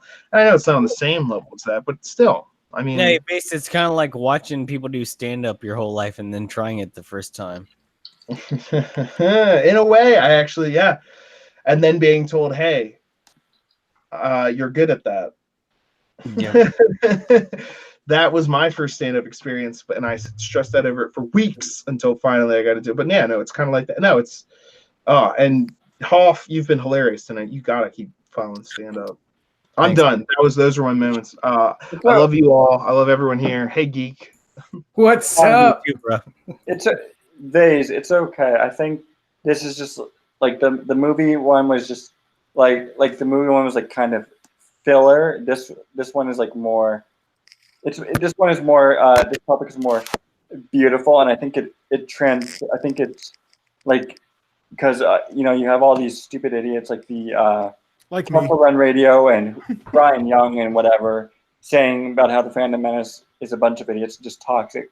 But this right here, us sharing our favorite YouTube moments and whatnot, is just it brings the positivity.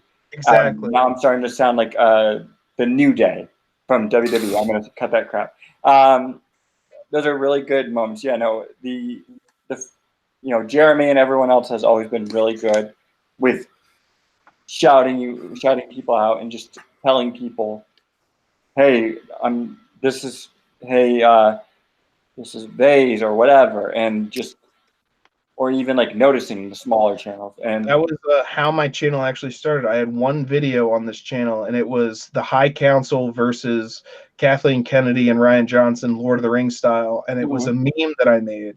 And that was the only video I had on my channel, and they shouted it out, and now it has it. I mean, immediately it almost has. It's my second most watched video. It's my second most liked video, and my major regret there is that I had no other content at the time. But I did that one thing, that one time, that first thing, and they respected it and they shouted it out, and other people looked at it and they said, "We like this. We like what you're doing. This is amazing. We want to see more." And I said, "Oh, I got to keep going. I got to keep going." Yes. This Hey, is awesome. Vase, you know who the first person to send me a live stream invite was? Who's that? Black Angus, bro. Yeah, he's really good about that. And I got to meet him in person last month. He's an I saw amazing that. guy. That's He's such a fantastic. good dude. He's such a good dude. You guys went to a concert, right? Yeah, Mastodon and Coheed and Oh, Cambria. awesome. Coheed. Yeah. Coheed and Cambria. What? Yeah. I love Coheed and Cambria, man. so, Hoff, what are your two favorite YouTube moments? I got a couple, but first of all, I'd like to say my least favorite is anytime this guy, he comes on some streams and his name is either Proper Jeremy or Proper Jim. I just can't. I don't know. That's my worst experiences on YouTube when he's around. Just kidding. I'll be on a stream with him Thursday apparently, so that's good news. No, my first favorite moment of YouTube is it's not just one moment, it's several moments that happen sporadically and magically. And if you're on Shenanigans, and Mary's hosting and Mecca might be on too, they do a fundraiser. I'm talking about, Mary. Jiggles. They do jiggles, and I'll leave that to your imagination. It's a good time. Please join into the Shenanigans stream and donate to these ladies here, because that's the best time you'll have on YouTube. And we're gonna have a good time on Friday, right, Mary? Oh yeah. I'll wear my low cut shirt and we'll jiggle. Hail jiggle physics. I hope you're over your goal by then, and Hold on, let me make sure I'm covered well. But yeah, Mary, jiggles consist of this basically. Oh, free! This is free right now. Free jiggle. I feel like I need an adult.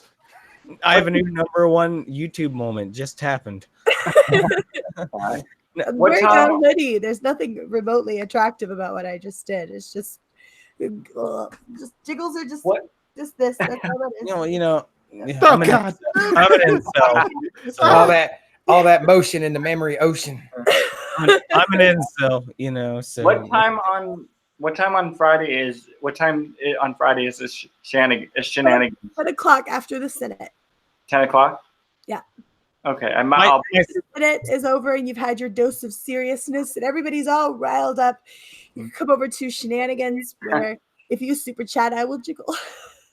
I might be able to check it out because the service isn't ended like 6. So I'll see if I can be in there modding for a little bit when my cousins are being born. I love how that's Hoff's favorite stuff. Definitely. My second favorite, Yeah. I'll make it quick. Sure. The late night shade stream we had recently. Yeah. Mary. That was awesome. It was just complete anarchy. It was everyone just doing whatever they wanted. There was a lot of, you know what I'm talking about. Bonesaw is ready. Oh, is ready. Bonesaw is ready. Oh yeah. I got you for 3 minutes. 3 minutes of playtime. You're going nowhere. Oh, That's awesome. that's probably one of my most favorite nights, man, on the stream. That night was crazy. That was such a good night, and I plan to have another one before too long. Ah, she broke out the shades. Oh yeah. So I plan to have another one, maybe Thursday night after another stream that's happening because I don't want to step on toes. If it's late enough, I will be. I have to go. My father on Father's Day, puppy dog eyed me and said, "Will you please watch the fireworks stand while I go cut my grass?" And I said, "Ah, Daddy, okay."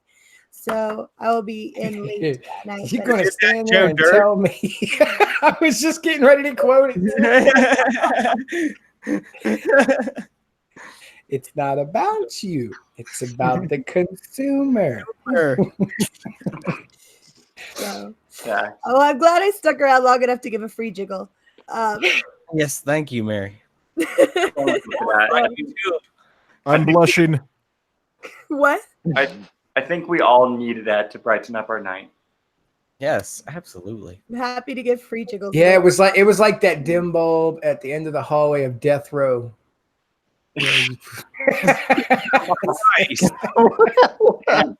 No, you guys don't even know, man. I was fucking purgatory over here. Sorry about the F-bomb. God, this is the first time I've communicated with any of you for like what, since my Sunday? Mm-hmm. Yeah, that's gonna be rough, man. It's horrible. Like I was on Lee's stream the other night for a little bit, but it was just like, How long? Why are you in Twitter jail? I have no idea. Someone probably falsely reported you. All I know is I went to pop you're on a and toxic white male. send a message in KOTOR, and it was like, cannot send. And I'm like, why not? And I refreshed, boom, your account's suspended. I'm like, oh, great. Well, Geek, I think you're fair, but I do think you say some risky business from time to time. And Not on Twitter, though. if you're on the well, I mean, if you're on the, Unless it's in a chat. if you're on the you know? line, they'll do it. If you're even on the line, you know. True. Yeah, but it's just I'm just kind of upset because I'm like, I didn't get no reason, no length, nothing. It's just like, poop, you're suspended. Do you know how long? No. No. I've got an appeal in and I haven't heard nothing for 2 days. So I'm like, need to add something. Yeah. Yeah. Oh, this spot right here. Yeah. I think I got a Wonder Woman poster coming. Throw up there. Okay, I'm gonna go to bed, guys. Good night, Mary. Mary. Oh, and she left before I could say thank you because she was the first person to ever put me on a stream. Oh, there she is. Get well soon, Mary. Yeah, I'm fine. Yes. I'll be fine. Get well soon. I just have to get through the cold, and I'm gonna. Get well soon. We hope you get well. Thank you for coming, Mary. We love you, Barry. Barry Mayhem. Mary Mayhem is leaving the You guys building. are dork. See, Look I at like my how I can just swap now. That's what happens when you have multiple cameras and you're like a pro. You can just boop, pop different angles. It's like Facts. All right. I'm taking my Q-tip butt to bed. Better suck down a bottle of NyQuil and get better. I got another couple of hours or an hour and change before I can take more NyQuil, so I need sleep. Recommended dosage. Quote unquote recommended. That would do nothing to me. Recommended dosage. So, good night, everybody. All right. Oh, wrong mic here, wrong camera. Sleep well, Mary. I hope you feel better soon. All the love, guys. Bye.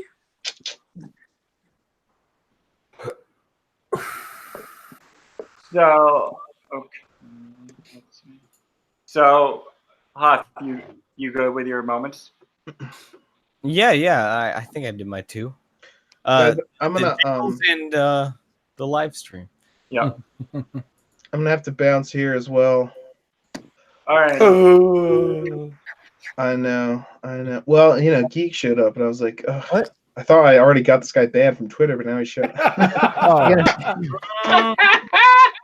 You're gonna I would get bounce? you banned, dude.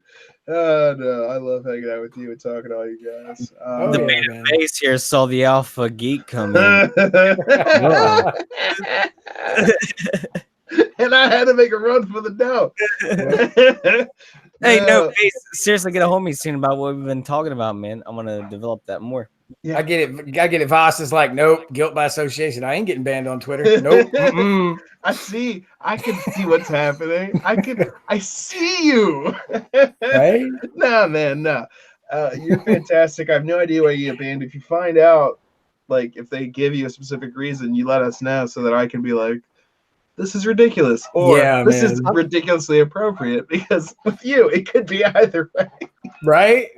But like legitimately on Twitter, I don't post any kind of bullshit on Twitter other than links to my videos and like supporting other people and retweets. But it's like, man, I feel like, obviously on Twitter, you're just trying to make get as wide of an audience as you can. And then once they get to your YouTube page, they can be like, what is this? Whoa. Yeah, you know what it is? It's that, what's her face, Renfamous. She's attacking all of us. Is that what's going on? She got banned, and now she's like going after everybody associated. It's like, fuck it, I'm just gonna report every one of them that I can. Hey, pathetic nonsense. Just for you, geek. I'm about to do some bone bombing on Twitter in your honor right now. Awesome. So Twitter's got me for 3 minutes.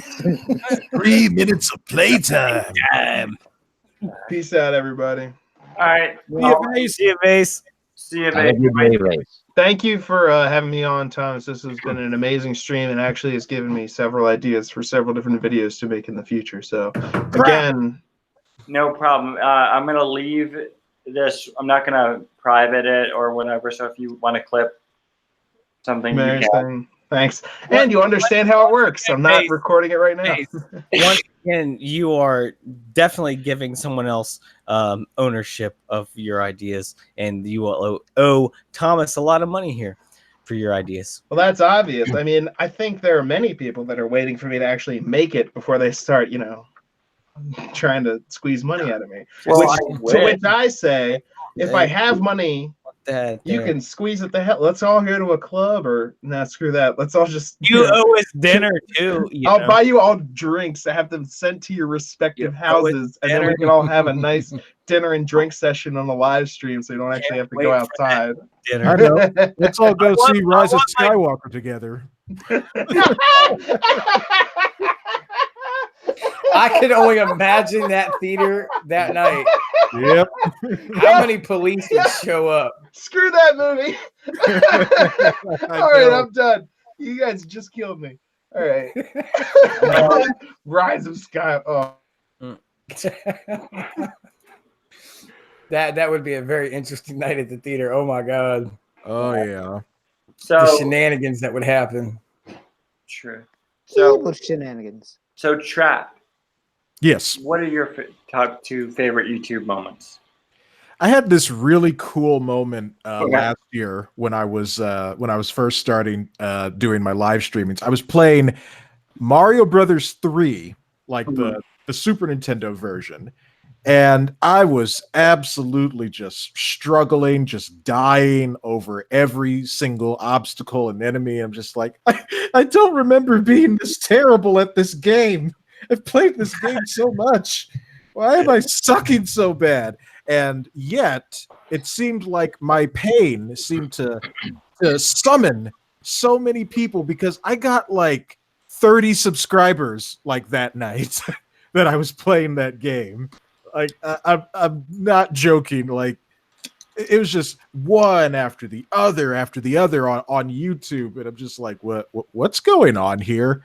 And ever since then, I've looked back at like the videos, like the keywords that I used and like the thumbnail, and the thumbnail is terrible. And I used like maybe 4 keywords, and I have absolutely no idea why people came to that stream and watched me. I had like 50 people watching me that night, just sucking at Mario 3. I couldn't believe it.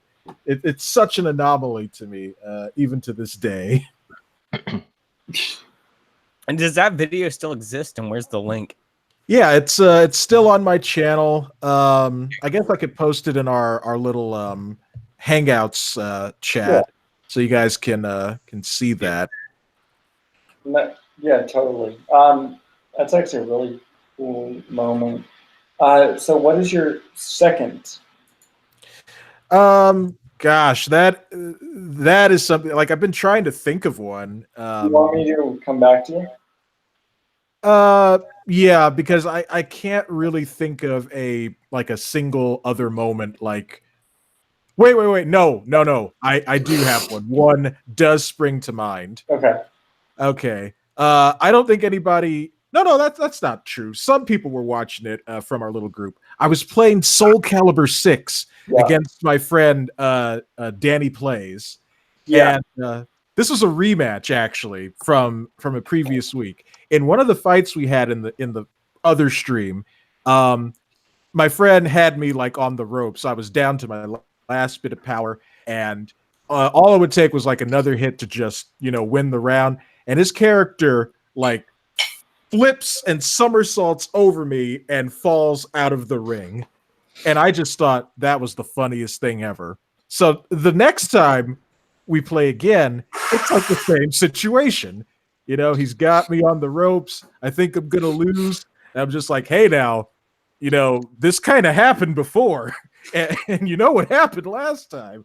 And he's like, just don't worry. I've got it all under control. Nothing's going to happen.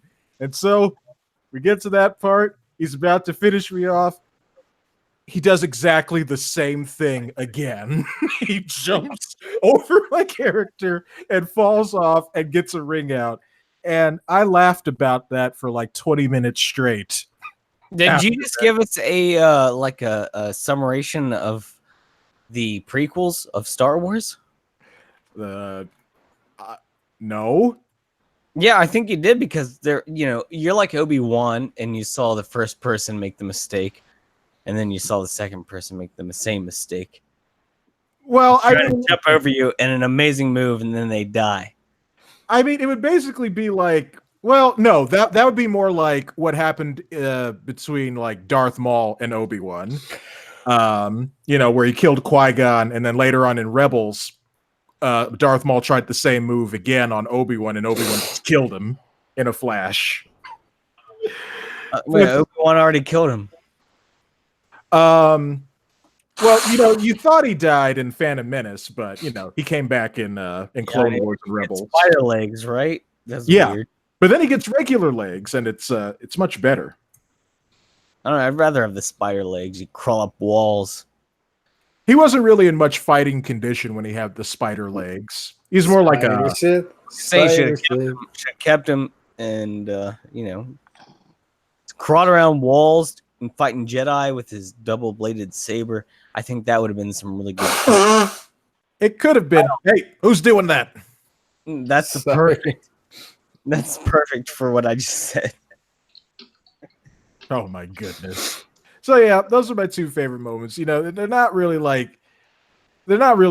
moments that kind of involved like a whole lot of people here. It is mostly just stuff that I was kind of doing off on my own. But that's how I roll. Forever alone. You're never forever alone, Trap. Forever alone. I know you want to be alone, but never gonna happen. We're all here. No. Following you. No. Yes. No. Always. Okay. All right. Those are some really Wait, what? I just noticed Thomas and Trap look like twins. What is This this? is true. What Yeah. is this? Y'all playing with my mind over here. Stop doing I'm his that. brother from a different mother. But from the same father, maybe? I don't know. maybe. The My world. father is not an Earthling. He's an alien. Oh, thanks. If you just take your contrast from 0 to 100, you can't tell them apart. Yep. Nice. Oh, Yeah, I don't know how to. I love these out of left field freaking Jay. Those are the best kind. This is a random thing, but the High Council is going in more insane. It's too much. Oh my fucking god. I know they're at like 2,000 viewers right now, aren't they? They are, but then and also currently I think Doomcock is on the High Council now. Right now. And then Jesse Milestone is going to be going live soon, according to either Ruthie or Steph.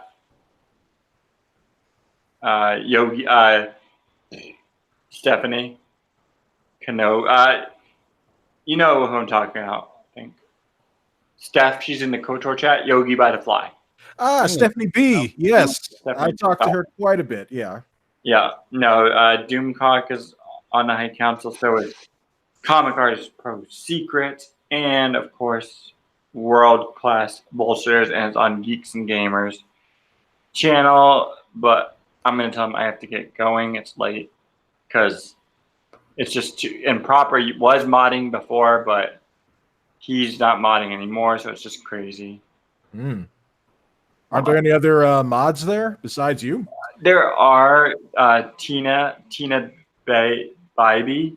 Mm-hmm. She mods for Odin a few times. Star Wars for Life. Stephanie B. Mm-hmm. Yeah, Tina and Steph are Odin's Valkyries, and okay. You know, I talk to them a lot, so they're good friends. Yeah. Cecil says Mecha Random 42. There's a lot of mods, but like a lot of them aren't really like, because if somebody sends a super chat, you should kind of say thank you for the super chat or something. And none of them are doing it. Do we need to wrap things up here so you can go over there? Oh no, hold on. I'm just gonna say to him, I have to get going. I have to be up early tomorrow. No, we're not gonna wrap. Fuck that. Well, okay. Like I little love devil on the shoulder there, you know. A little Just devil on the shoulder. say, have a football, you bastards, and leave. exactly. I mean, if I said that if I tagged Geeks and Gamers into that, he'd probably like message me or something, or call me and be like, Thomas, what the fuck are you thinking? I'll be like, it's not me. It's you. It's not me, Jeremy. Blame it on it's Proper's fault or something. It's always Proper's fault. Exactly. That's the best person. That's like Proper's like the scapegoat. Okay, so let's see. So those are two really good stories, Trap. So Tim, give us your two favorite YouTube moments. Oh man. And try not to be difficult this time. Yeah. I mean, I don't know if I can narrow it down to two, but I mean, you know, it's like the things like the first live stream I did, you know, the more recently, the when they were doing when Mary was doing that stream on behalf of drunk 3PO, you know, for his charity and all that. And they asked for a certain donation. The Midnight's Edge guy, the Tom, yeah. Like they needed a certain amount, like $55, something like that, to reach their goal of like 300, I think it was. But anyway, he said he would dress in drag if somebody did that. And you know, you don't throw out a drag challenge to me, you know. So I got right on that, and it's like, so he said he would do one of his Midnight Edge streams dressed in drag. Yeah. So, but honestly though, the one thing I can say is just, you know, being able to meet, like, you know, everybody, you know, like all these different kinds of people that I've met, and you know, not only in this country, you know, but like, you know, people like Stig and freaking no way neophobic, you know, over there in Austria, or the dude that does Digital Pollution, you know, the K, or, you know, Thug Life, just, you know, people from literally around the world, you know. But that's probably my favorite thing right there, is just, you know, just meeting different people, you know, well, via the computer, but you know. True. But you've met in real life, you've met Immortal Coil, right? Yeah. That is, yeah. He lives like, I don't know, 25 miles away or so, something like that. Yeah. Oh wow. Speaking of, like, I think it was Midnight After Dark prom. They were doing so he did a stream on his channel to raise more money, and he was in drag Tim. Was he? Yeah, if you hold on, I'll post the link to the video. I was gonna say, I guess I missed it, but then again, you know, most of the time when they're on, you know, I need to be sleeping anyway, so. True. Well, I'm gonna find the video right now, and I'm gonna post it in this chat because it was crazy. Yeah. Hey guys, I gotta get going. Thank you so much for having me. Oh, thank you to the all chat right, Hoff. panel. Appreciate it. You guys have a great night. Thank you again. Take care, Hoff. Take it easy, man. The same to you, Hoff. Have a good day. Thank you for coming. Hey, thanks for having me again. Appreciate it. Anytime. You're always welcome. Be well, my man. Be well. Play well. Hold on, Tim. I'm posting it in here. It's fucking hilarious. I'm trying to think at the time mark. So I think you first get to see him in drag at about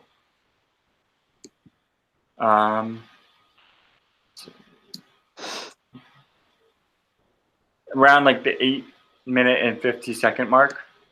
Oh my god, it's hilarious, but at the same time, it's also like He didn't make for a pretty woman.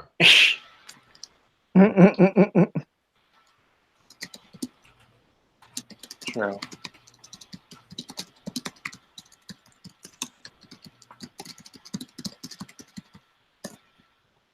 Sorry. So, okay. Those are some, yeah, no, I would agree with you about meeting people from all across the world throughout the computer and whatnot. That's kind of cool. Let's see. Stig. What are your two favorite YouTube moments? I think one I remember the best is when I was on John Talks and Jack Sparrow was there and Mary and Seth, and John fell asleep. So the four of us had to keep the show going. We just didn't know what to do, so we just figured, well, let's keep going until the stream stops. So we were just doing whatever for 3 or 4 hours. So that was fun. Actually, that was 4 hours of puns, really. Oh my god.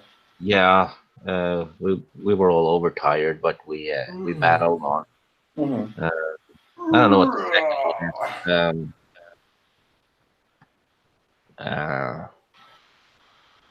is. Mary's shenanigans streams are fun. Always like being on those. Especially when I get to team up with Chris Knight on those. It tends to get a lot better. And the thing with Lethal Lightning with the cow divorce, that one I had a lot of fun with. That's it. Yeah. And my favorite movies are Jaws and Indiana Jones 1. Good choice. Oh, beautiful choices. However, I would have to go with Indy 3 over the first one, not because of the fact that, because I realized is like Indy one on Netflix and Indy 3 on Netflix, and like Indy 1 has some of the better action, like some of the better kind of like adventure scenes, like when he's in the truck and he's just the truck scene, and then the scene in Cairo with the baskets and him just shooting the guard with the sword. But Indy 3, to me, it has some of the best character moments, and also I love the relationship between Indy and his dad, especially when they're on the dirigible. Well, I don't mind that you're wrong. When you hear that from Obi-Wan, you know it's the truth. Stig, but do you like Indiana Jones 4? I like the first half of it. I think it turns to shit when they enter the jungle because it's too much CGI and slapstick, and Okay. I didn't mind the aliens though, because the aliens are kind of tied to the Crystal Skull mystery. So that I just don't think John Hurt was used very well in that movie. Yeah, he was misused. Stig, I love you, but I completely disagree with your opinion on Indy 4. I think the movie is garbage, hot garbage. Well, it's okay to be wrong again. It's okay for you to be wrong. You're right. You scoundrel. Oh, thought you were gonna say something else, but okay.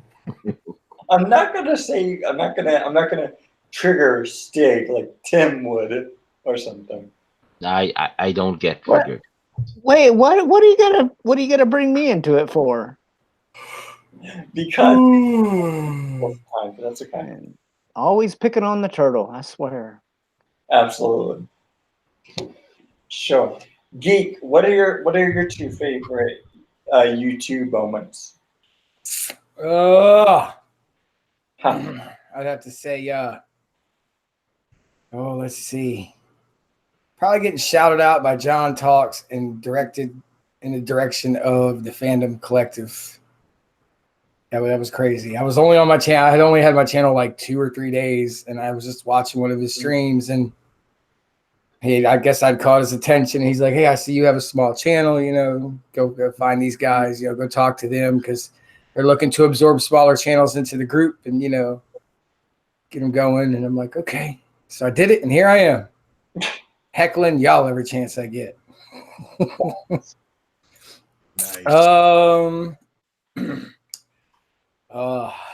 Second favorite moment. That would probably have to be Hoff's Shade stream that night with the Stream Wars with Blaze channel. That was just fun. Like I don't think I've had that, and I mean like fun and like sober fun. Like I've had drunk fun on here, but you know. Hey Lee, blah blah blah, bone saw. Right. So okay, so because I was on the Shades stream, but did you guys actually go on to Lee's stream? Yes, we did. Yes, we did. And I have to say, under the circumstances, Kiri probably had the best one. Because Kiri rolled over with her sweet little voice and then had them going for a couple of minutes and then just let the ma'am out. It was like, it's bone saws ready. What was was Lee like when Lee saw you guys show up and on the stream, was he like, what was his expression like? Oh, dude, he was just having fun. I mean, he at first he seemed a little irritated, and then I guess he just was like, fuck it, and started rolling with it. And then like we started bombing each other's stream because then they'd come over on Hoff's stream and God. Damn it. And no offense to Kiri, I love Kiri. Kiri's awesome. It was just under the circumstances, like I said, it was just hilarious because she had him going too. It's like, oh, here's sweet little Kiri. Boom, so like damn. But yeah, that's just all around, man. Hanging out with Hoff and Mary and all them, and it was even Mary was in it too. Mary was bone bombing Lee's stream. Oh my God. I could just wait. Proper wasn't on that stream, right? Oh, I don't think he was that night. Okay. Until maybe later. Okay, I could just see Proper just like going and just like maybe messing it up. No, I think he dipped out right around the time it started hitting the peak. I'd have to go back and watch the recap. Yeah. And see if he was on. I'm pretty sure he was for a little while, but you know how he gets sometimes when shit gets like too out of control. He's just like, I'm out. I'm gonna bye. Yeah, I'll just pull like a random disappearing act. Yeah, exactly. I think like now that I think of it, like one of my other favorite moments on the on YouTube was also when you had. So I did a stream on Saturday, and so it was just me doing it, just like me streaming, and then Proper came on, and I posted the link in the KOTOR chat, and so anyone could come on. So Proper came on, and I didn't see him. I thought it was going to be like Kiri or you Geek or Vase or whoever. So Proper comes on, and he's like, "Boo," and I'm like, oh my God, it's Proper Jenny. And so, and that day he had to eat 2 ghost peppers because they drunk, no, because Mary was doing a stream with Exaggeration Nation, Drunk 3PO, and Proper. And so if Jet Exaggeration Nation raised $150, Proper Jerry would have to eat 2 ghost peppers. So, and me knowing that, I had to donate, so I donated 130. And so Proper came on the stream, and I was like, Proper, how you feeling? He's like, oh, well, you know, my stomach's feeling fine. It's just like tomorrow is when I'm going to start hitting the toilet. And I was like, Proper, do you know who was responsible for you having to eat those 2 ghost peppers? And he's like, you? I was like, yep. And then he left and I was like, Proper, I just want you to know that you know that it was me, and I feel proud about it. That was your "it was me" Dio kind of right there. Exactly, it was me, and I don't feel bad about it. I'm happy.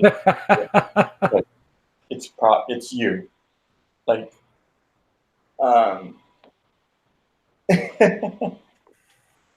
yeah, did you see the message that Tim put in the Hangouts chat, Geek? Okay. Okay. I'm looking now. Hang on. Okay. Oh my.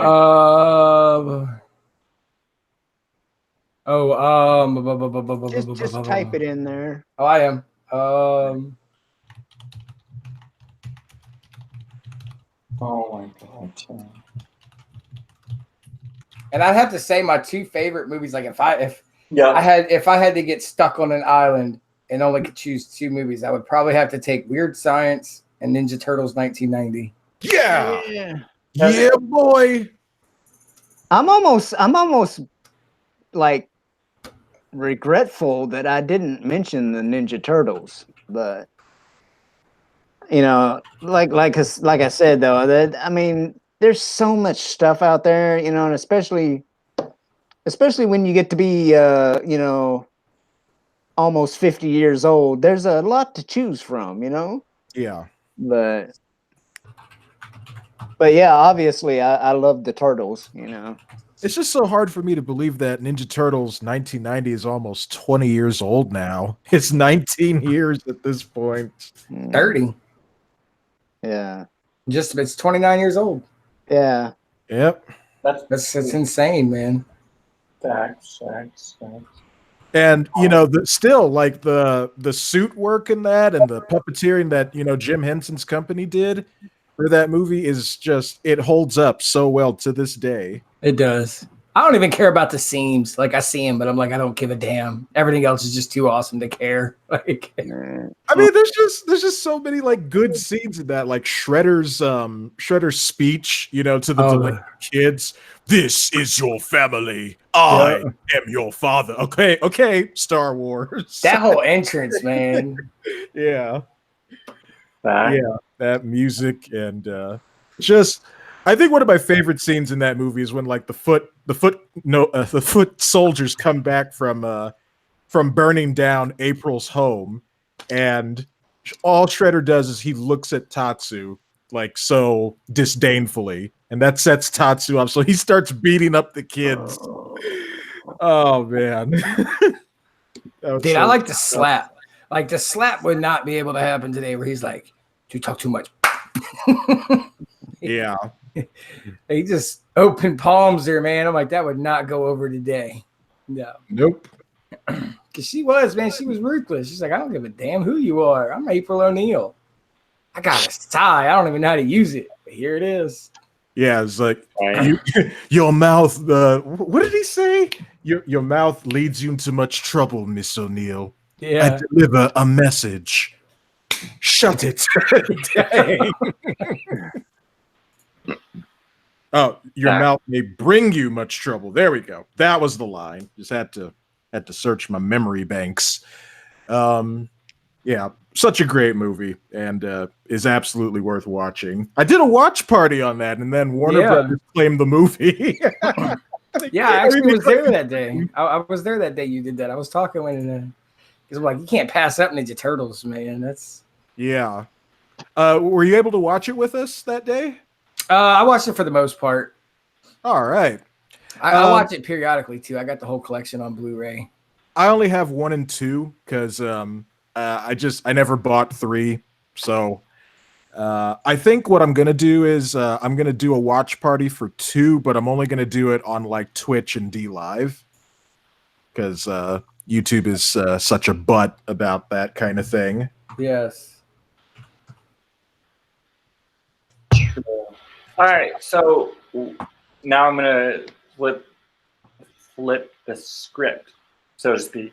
So we're gonna go with what is some of your two favorite worst YouTube moments, because I just think it would be very interesting. So, Tim, what are your two favorite? I mean, what are your two worst YouTube moments? Geez. I know. I sprung it on you way too fast. Oh well. I don't know. I don't know. I don't know. I don't know if I can answer that one.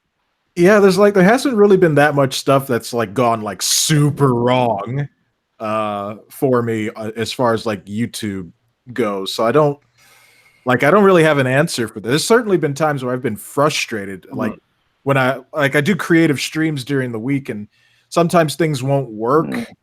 and sometimes I don't get as much work done as I would like to. But I can't really give you like, oh, that sucked. That was horrible, you know. Nothing bad has really happened to me yet. But like as far as other people go, you know, just like things like when Jeremy, you know, Geeks and Gamers Jeremy, did that video about people getting randomly demonetized, you know, and or the people who have other than left leaning ideals, yeah, you know, stuff like that. You know, I mean, you know, being well, especially because of the fact that, you know, me being a veteran, you know, there's two things that, you know, I'm all about, and that's the First and Second Amendments of the United States Constitution. You know, so, and even, you know, even though I know that technically YouTube is a private entity, it is used in a public manner. So, in my humble opinion, I think the First Amendment should apply. I think Tim Pool said it best. YouTube needs to decide if they are a platform or if they are a publisher, because you can't be both. Yeah, exactly. Yeah. True. Very true. Okay. All right, Stig. I don't have any bad YouTube memories, really. You know. Yeah. Well, that's a good thing. Yeah, it's all good. You know, except when drama happens. I hate drama. I just stay away from it. Yeah. Right. Okay. Geek in disguise. Oh, my two worst moments on YouTube. If you don't have any, that's okay. Oh, I got two. I can name two of them. Oh shit. Getting shit faced under the desk drunk on my fucking Memorial Day stream. Oh my god. That was pretty awful. I mean, it was a good time. It just, yeah, that stream went sideways so fast it wasn't even funny. And my second worst moment on YouTube was probably kirking out on Lee on my Avengers Endgame stream when I came home from the theater. There at the end, yeah, I kind of snapped at him, and it wasn't even like him personally. It was just more over the subject matter we were talking about. But yeah, not my best days. We all have some of those. Mr. Trap. Well, like I said earlier, I don't really have anything. I've had times on my streams where I've been frustrated where like a program won't work, or like something strange did happen the other day on a stream where I'm working on a comic book idea. Yeah. And the program that I was using deleted my backgrounds on some of the panels. I'm just like, what is happening here? Thankfully, I saved all of the pages though, usually as I work on them, so they're not lost. But yeah, that was weird. So nothing terrible, just odd stuff. Well, I just bone bombed Twitter. Nice. Oh my god, Tim. Has anybody seen Kay? I haven't heard from him in a while. From what I think he was taking a break, wasn't he? Well, what he posted in the KOTOR chat was because he's in school and he has to deal with that, and I think like he left the KOTOR chat, and he was like, I don't know when I'll be back, like a few months, but he was like, I don't know if things will, like if the Fandom Menace or KOTOR or any of that stuff will still be around. I think he's going through a very rough time. Yeah. Yeah, I think a lot of us have been. Yeah. It's been an odd last couple of months all the way around for a lot of people. Yeah. And today in particular for me was just, this is a rough day. I decided I was going to cancel the rest of my creative streams this week because there's just some stuff going on offline. I'm just like, I can't focus on being like creative or entertaining in that aspect. I will Jesus, I cannot talk tonight. Do gaming streams on the weekend, but being creative, I can't right now. I know how you feel, man. I've been like, I was kind of okay this weekend because I had a lot of requests come in, so like, cool. Yeah. And then that crap with Twitter happened, and it totally freaking deflated my balloon. I was like, oh. Mm-hmm. And I was just like, you find yourself at that impasse, like creatively, like, okay, now I can do this, but I can't really promote myself or do what I need to do over here to get my exposure. Mm-hmm. Then it was like this morning, I just sat down, started watching some YouTube, and it was like, watch that Collider live stream on the Joker being rated R, and then I was like, ding, like, you got that inspiration back, yeah. Because it was a rough weekend. Like, I had a great weekend with my wife on our vacation, and then Sunday just was not the best of Father's Days. Just came home from vacation to a mess, dealt with all that, and then it was just like, you wake up Monday to Twitter, and it's like, how those things, those domino effect, just do. Mm-hmm. Oh yeah, those are always the worst. Completely. No, I hear that. Like, I'm not like as good creatively on YouTube as like you are, Trap, or you are Geek. Even though I did do a video on the on my regular account that got, let me check the view count. But Lee, I just want to take the time to say thank you again for that donation that you made on my channel the other day. That was a big deal to me in ways that I probably was not able to articulate at that time. So just once again from the bottom of my evil heart, thank you so much for doing that.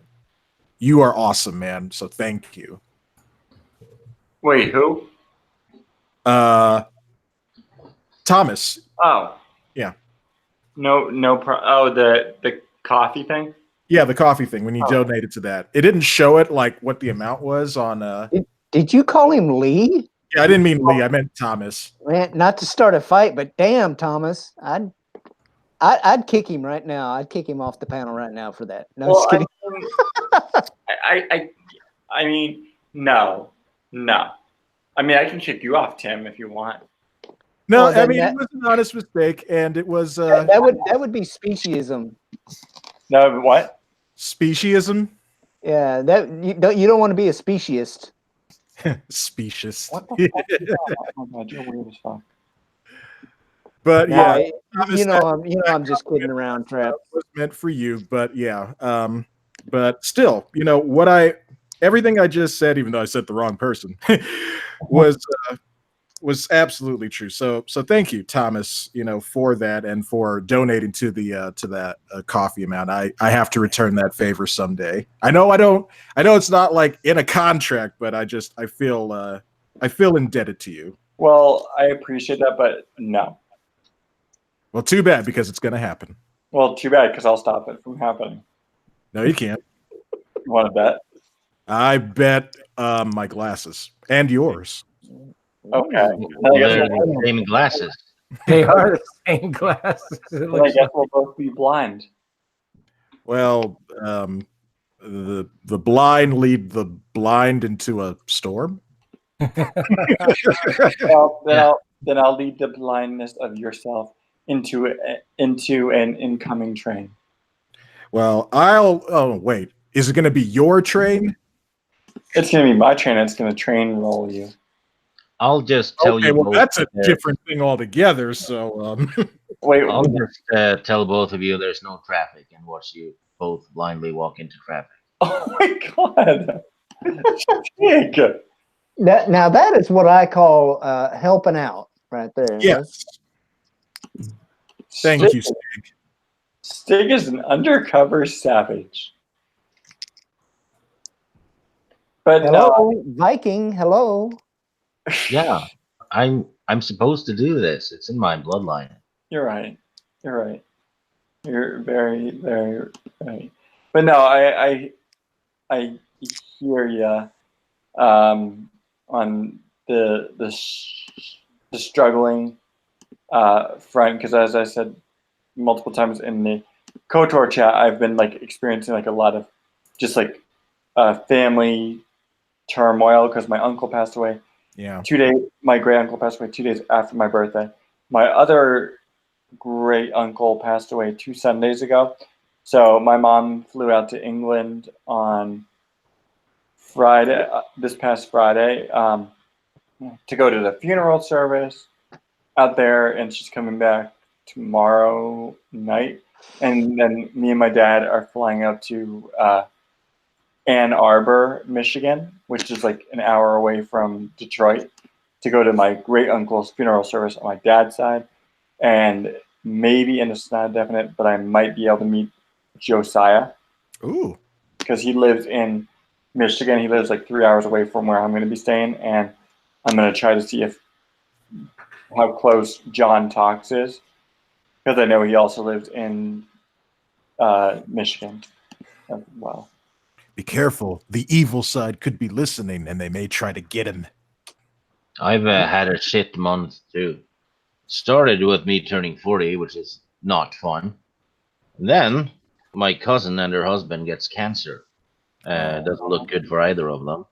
Then a friend of mine that I used to, an old volleyball friend of mine passes away. And then my dad calls me and says his mom, my grandmother, is pretty much gone now because of Alzheimer's. And then I realized my best friend growing up is most likely an alcoholic. It's not a pretty sight. So I'm sorry. all this in 2 weeks, which was why I took a break a while back. Mm-hmm. I know what you're talking about when you know the whole Alzheimer's thing or whatever. Because my grandmother ended up with dementia, and like I told her about my my second son one day, and then the next day she had already forgotten that I mentioned him to her. So you know, like to her, you know, like till the day she died, you know, she thought that I only had one kid, you know. Mine just grunts now. She can't talk or anything. She just sits there and grunts. There's nothing left really. Well, even so, I think my dad's mom, she had either Alzheimer's or dementia, but I don't really remember. Like, I remember her, but I don't remember her as well as like I should, which is weird, but that's okay. But so where I work, because I work at a senior living facility, where it has assisted living, independent living, and a memory care unit which deals with Alzheimer's and dementia. And so actually my former boss's dad, he actually passed away like a month or two ago because of dementia. It's scary.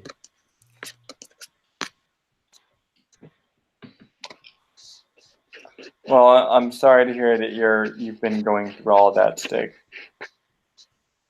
Yeah, when it rains, it pours. I just hope the rest of the summer will be nicer. That's true. I think and I think one of the great things is about is that people in this community, in the Fandom Menace community, are some of the most supportive people I've ever seen. Well, the thing is, like, you know, a lot of us have been there, you know, I mean, like, you know, I can empathize with him on the Alzheimer's thing. I can, you know, the cancer thing, because, you know, I mean, that lung cancer, you know, took my father. And so, you know, you run into a lot of people that have, been there, done that in some shape, form, or fashion, Mm. And Oh, absolutely. No, and I absolutely. Stig Toriel G says, "My good thoughts go out to you, Stig. Hugs." Thank you, Toriel. You're good people. She is, Yes, and she you is. know, the Toriel. Toriel's a sweetie. Yeah, she's like incredible. She needs to be on live streams more. She's fun to talk to. Oh, very. I think it was I think, and I think you were on it, Stig. I think Tim was on it. It was you, me,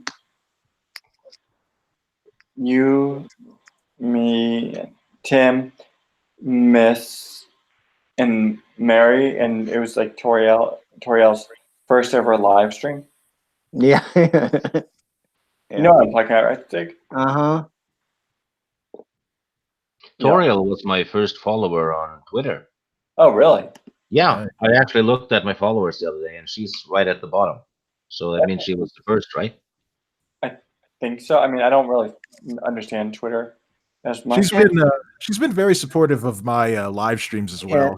Yeah. Well, and the thing is, if she is subscribed to you, and you put something out, there's going to be a comment from her.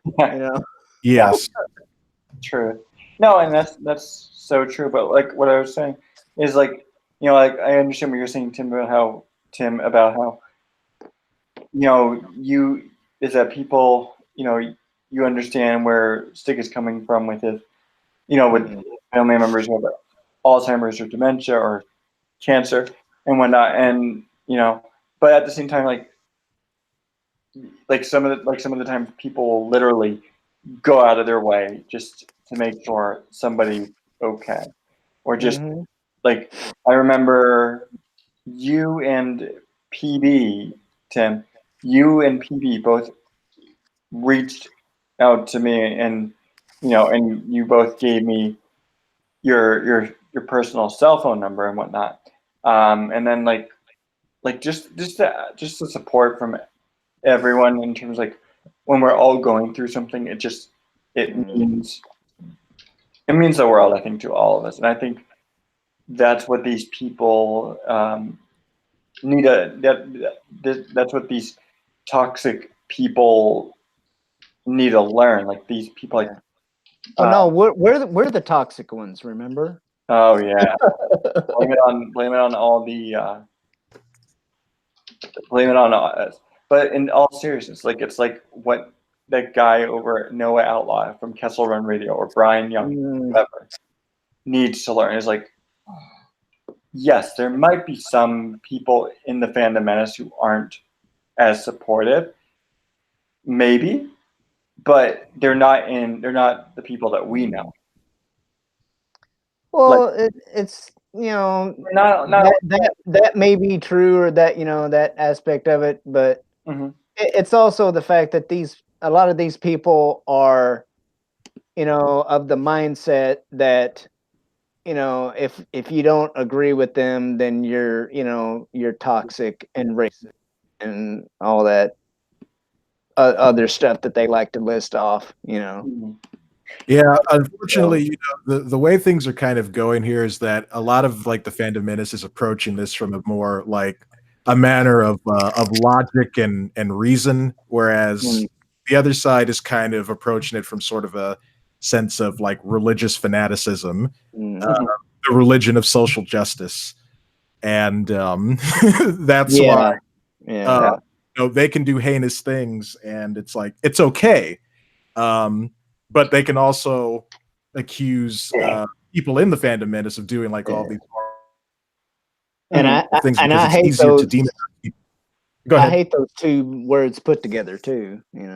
Yeah, it's easier to dehumanize someone if you can basically just boil them down to sort of a fanatical level of we are right and they are wrong.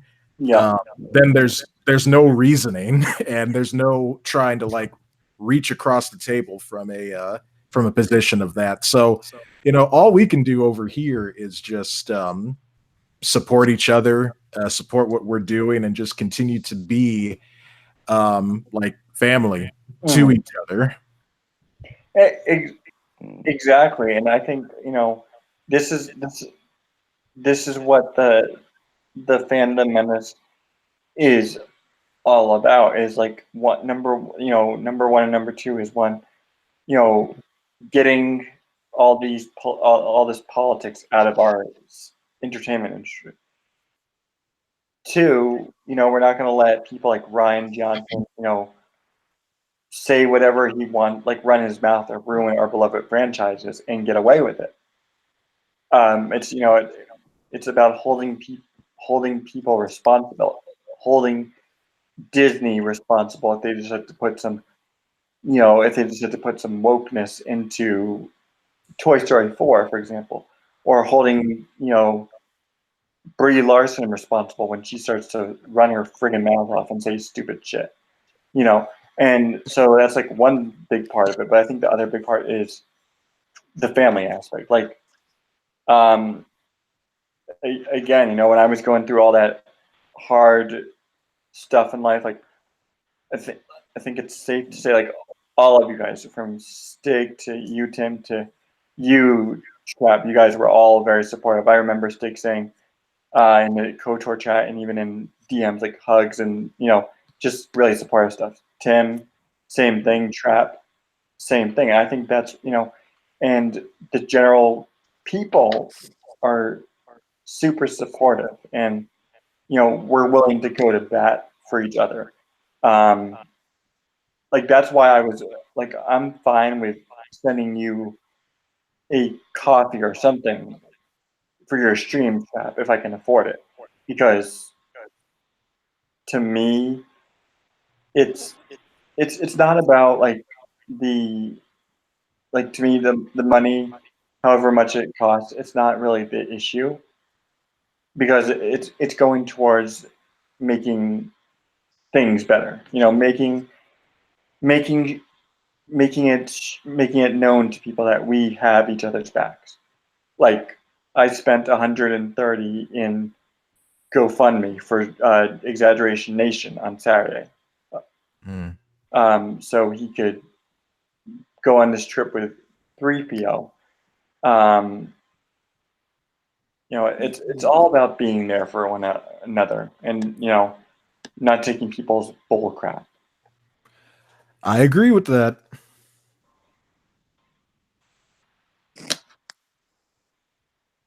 So it's not about money. It's about sending a message. That you, PB?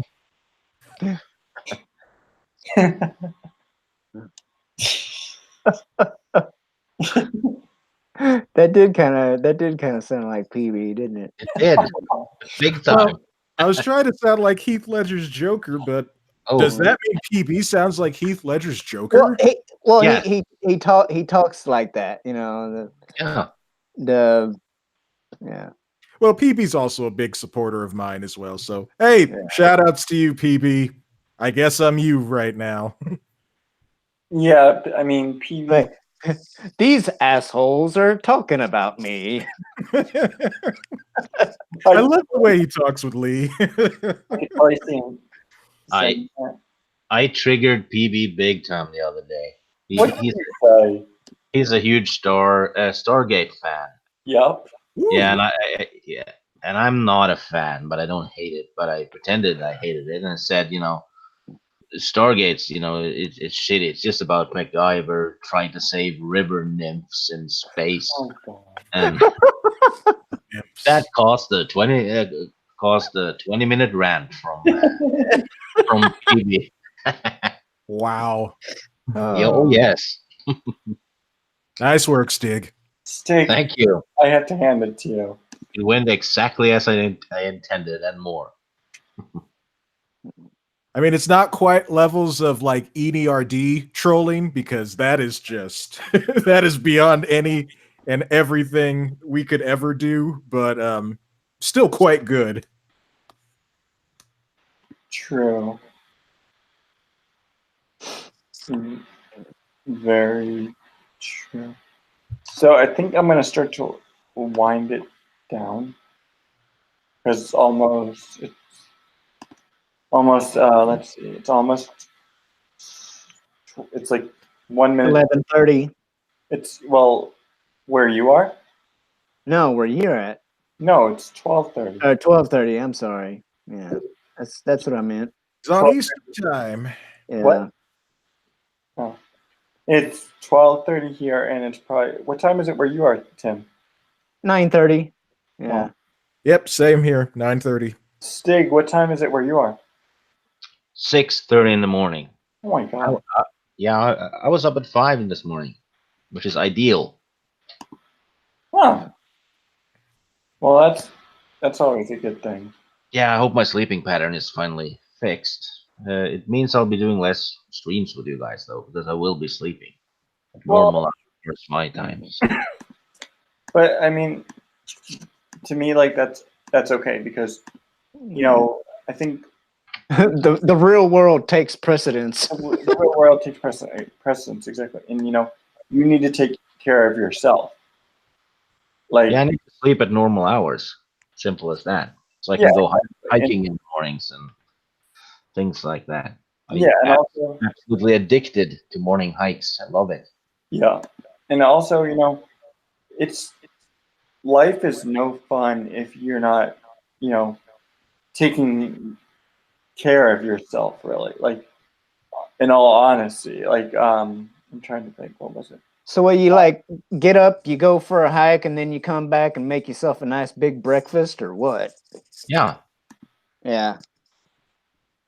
Like that's why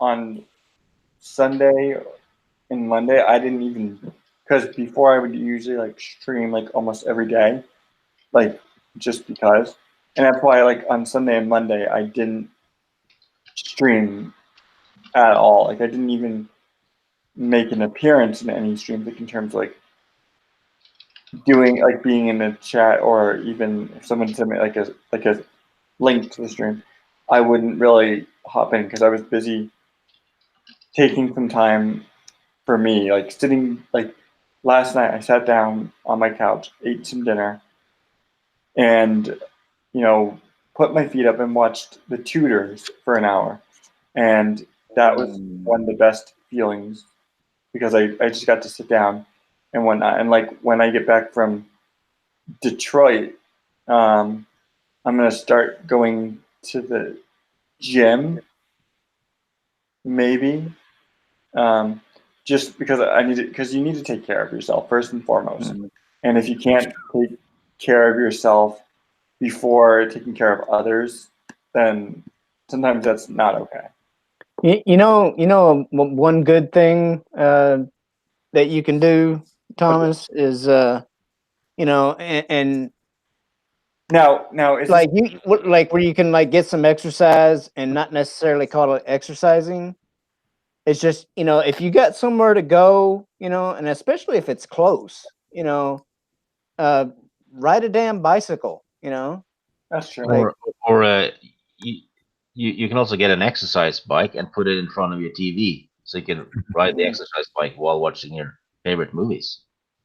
That's true. No, I think because I have a bike, but I've just been like over the past few weeks, I've just been dealing with all this family tragedy.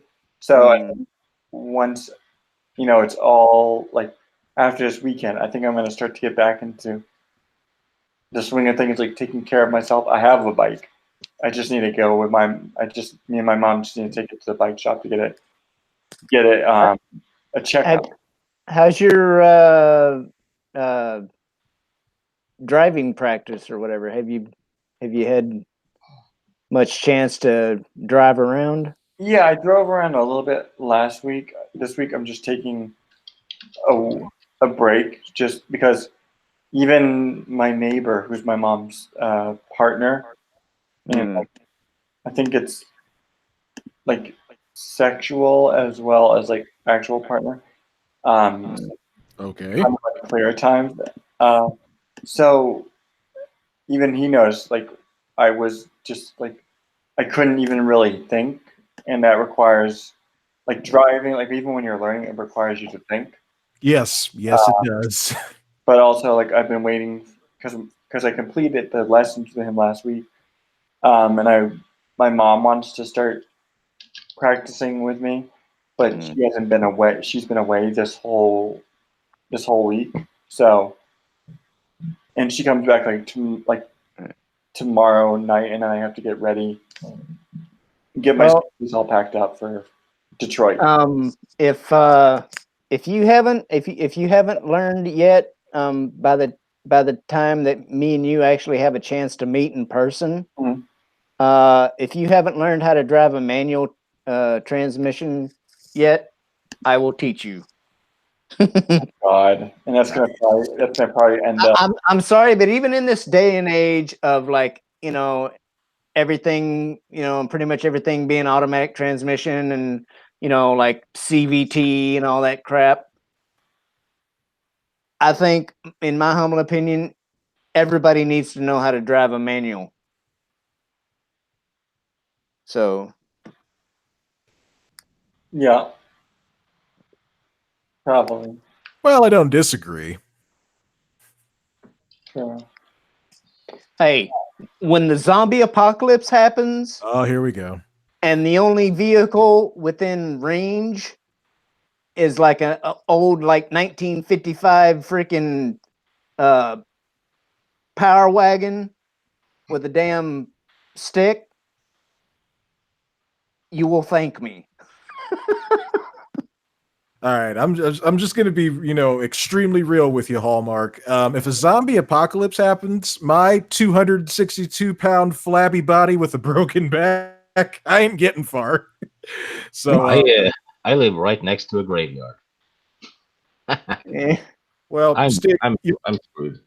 Well, Steve, I do have 2 swords, so maybe I'll do well. Well, I don't think like people that are already dead, I don't think they would come to life in a zombie apocalypse. I think it would be like on the Walking Dead or whatnot. People who are already alive will they'll come down with something and then turn into zombies. But, yeah, so more of an infection rather than like some supernatural kind of thing. Yeah. I'm still dead though. So well, what are you saying that you'd end up being like, the Zombie Land, the kid that's running down the football field? Is that what you're saying? Well, first of all, I'm in Southern California, so it's already a zombie apocalypse.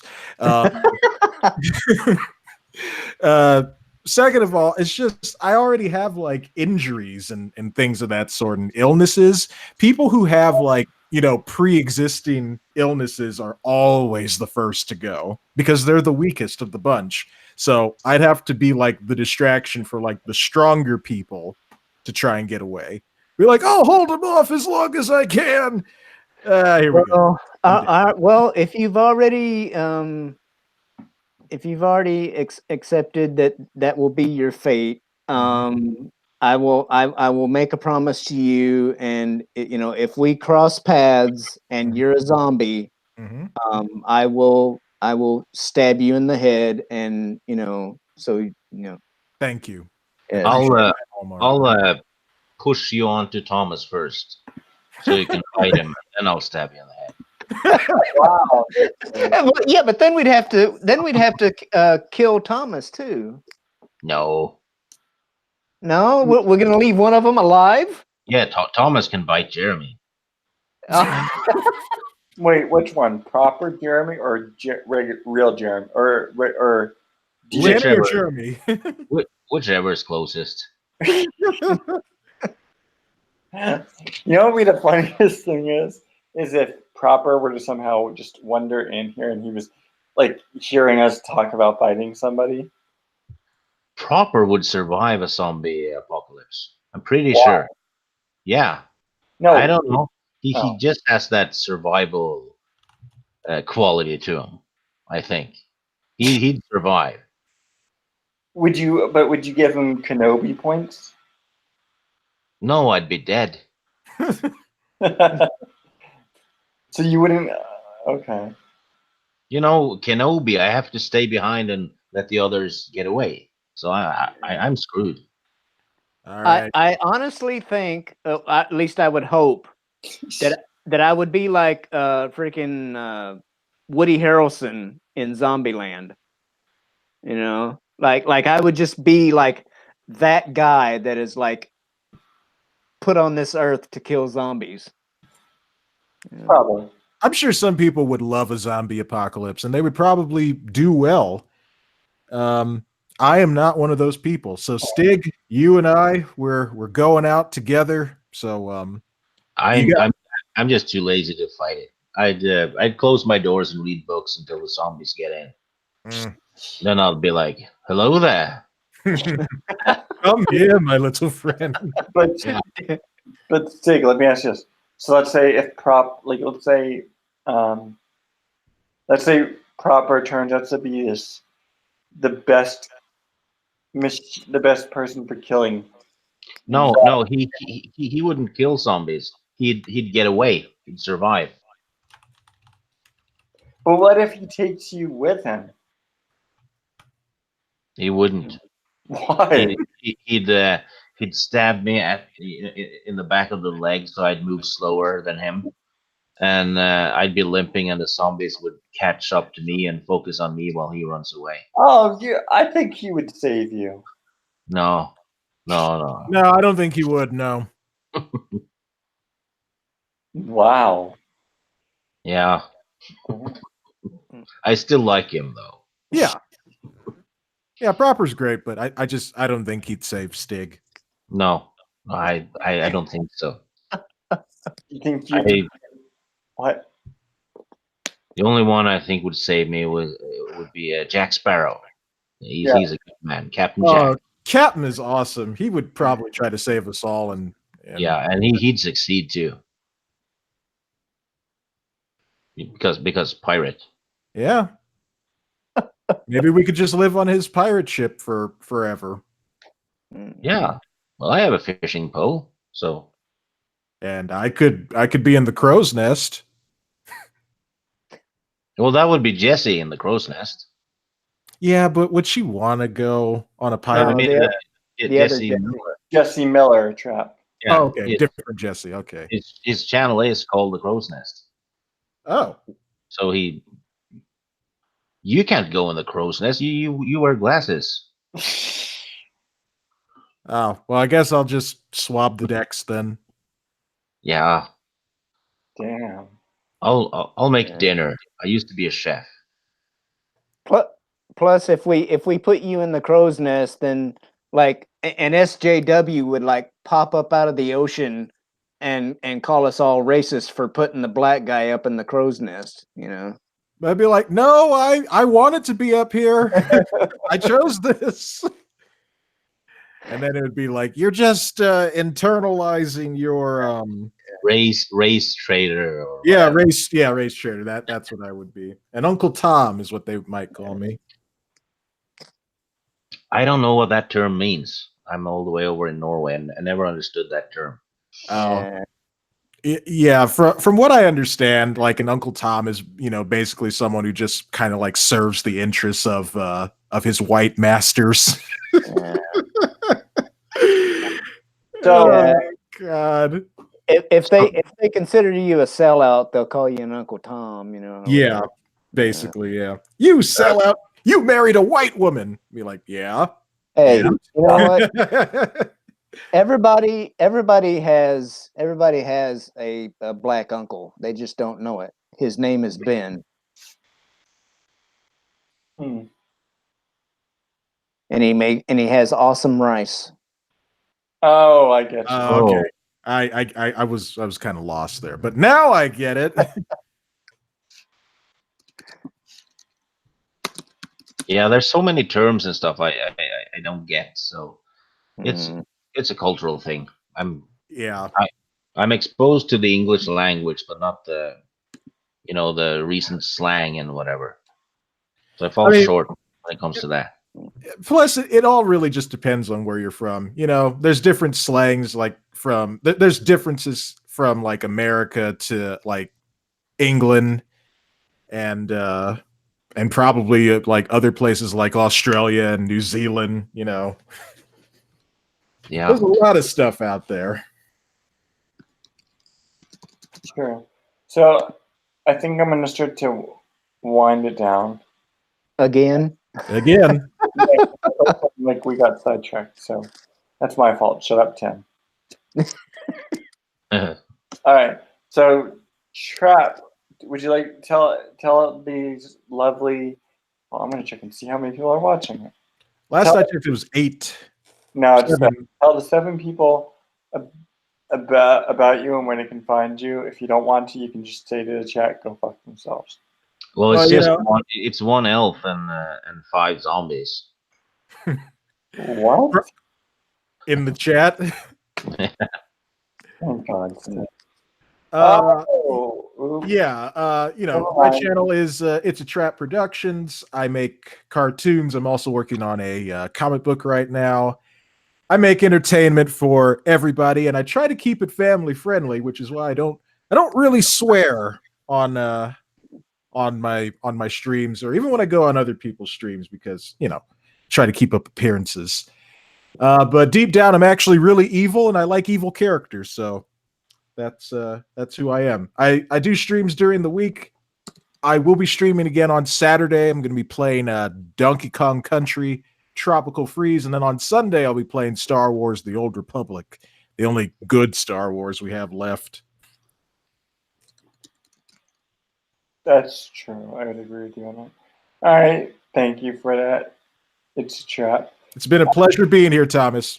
It's been a pleasure having you, and you're always welcome. So, Shellback, tell the lovely people about you and where they can find you, please. For those of who don't know, I am Showback TJC, aka Hallmark Channel Jeremy. On here and on Twitter. I do have like the rest of this week and like next week off. Like I'm in between quarters at school at the college. So until the 1st, I believe. So anyway, I'm gonna try and finish up that parody song that I'm working on, and I want to try and like find a little bit more Game of Thrones stuff at Walmart, and so I can put out a video that I'm gonna label Westeros meets Walmart, or Westeros at Walmart, something like that, you know.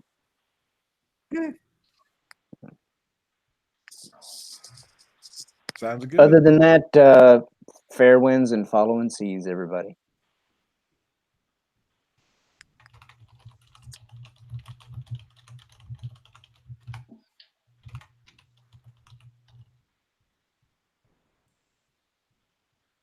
That was it. I'm done. Next. I think Thomas got a little distracted there. Stig. Yeah. Okay. Well, I uploaded 2 videos. Hooray! Yeah, the other day. So now I You have a mean- YouTube channel. In addition to the other 2? No. There's just the one with the ducks and the one with the view of the Oh, ocean and whatever. Actually, no. The first one was about showing people what it looks like at night in Norway at summer when we have daylight 24/7. Oh, wow. So I just filmed that at 4 a.m. and I went to a place where there's a good view as well. So anyway, I have 50 seconds of content and 92 subs, I think. So that is amazing. Yeah, YouTube's easy. just film a duck and you'll get subs. I don't know. Well, like I've said before, a on a couple of streams. It's summer. Don't go to my YouTube channel. Just go outside with your friends and family and leave the phone at home. It's better. All right. Because when you're old, you'll look back at memories of you spent, with your friends and family, not all the times you stared at the phone. This is true. Guys, I think Thomas has, I don't know, I think he's suffering some technical issues or problems because I'm looking at his picture here on the chat and he has not moved. So he's either doing a real good job of being a statue or some problems. He's turning into a zombie. Oh, nuts. So he's in control of the stream. How do we end the stream? Thomas. Thomas. Thomas. Thomas. Hey, Thomas. This has never happened before. Thomas. Thomas. Hey, Thomas. Thomas. I think on like one of Mary's streams, she fell asleep for a bit. Yeah. Hold on. I think Kate fell asleep once too. Thomas. Thomas. Well, Thomas asleep, so watch the stream. This is a bit of a puzzle. So he's pulling a John Talks on us. So we're gonna have to like finish out like an 8-hour stream. Oh man, if only we could hit the stop button. Well, he doesn't snore, does he? Oh, he sleeps very quietly. Yeah, sleeps like a baby. Should we put a monitor next to him?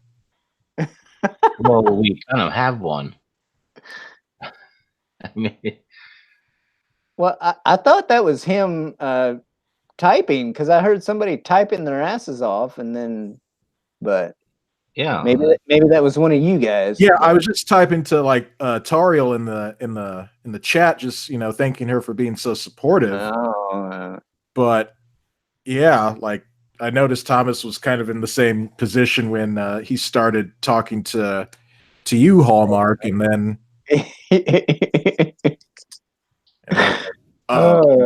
This is awesome.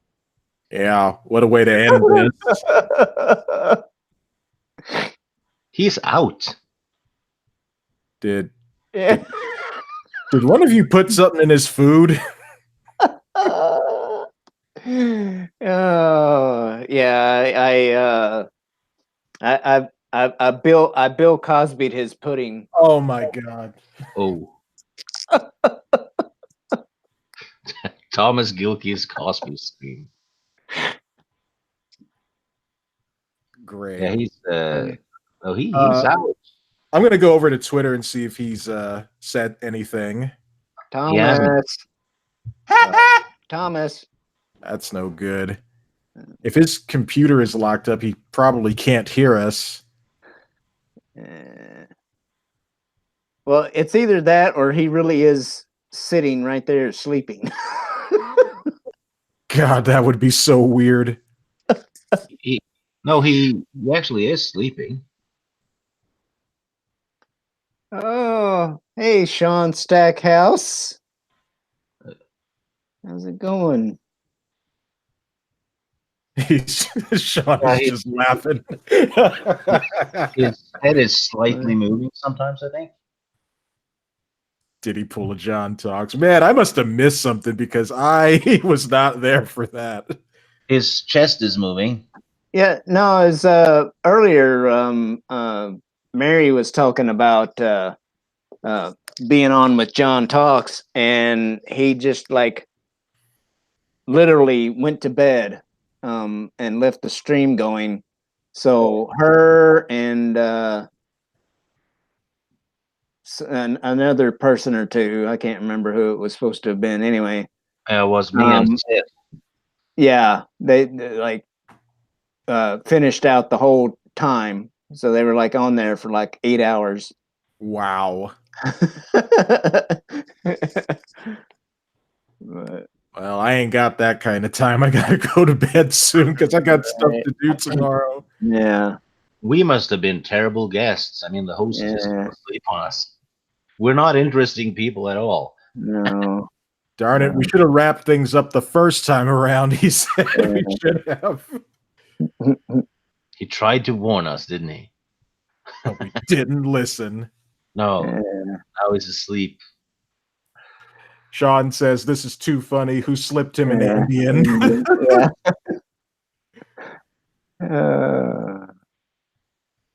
Great. Wow. Okay. Well, I guess we'll just talk about some other stuff. I mean, either that or we just like leave and have everybody just watch Thomas sleeping. Let's give it like 15 more minutes, and Well, then we'll see what happens. I need to go to the store, but I'll be back in 5. Oh, okay. I'll be back in 10 or 15. Sorry. Okay. Okay, sure. Well, we'll see what happens when you come back. Okay. Well, have fun, gentlemen, and don't snore. Yeah. Oh, jeez. What did I get myself into? Oh, I don't know. We could. I've got we an could, idea. What? I am going to cut a promo as the Macho Man Randy Savage. Oh, yeah. Ooh, Thomas, you picked the wrong time to fall asleep, my friend. We were gonna wind the stream down.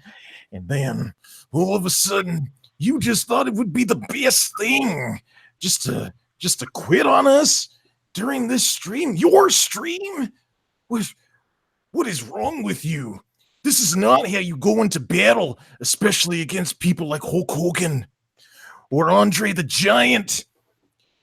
Oh, Thomas, this is so terribly disappointing to the Macho Man. You have no idea. That is why, Thomas, that's why I called you Lee earlier.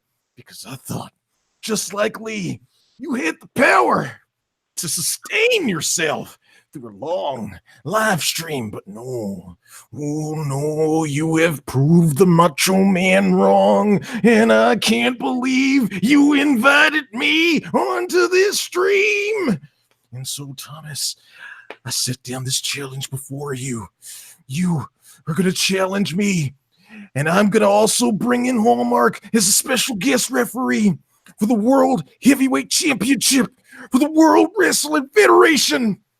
And if you don't meet my challenge at the next WrestleMania, oh, Thomas, you will never live this shame down. I swear upon everything that I believe in as the Macho Man. Oh, yeah.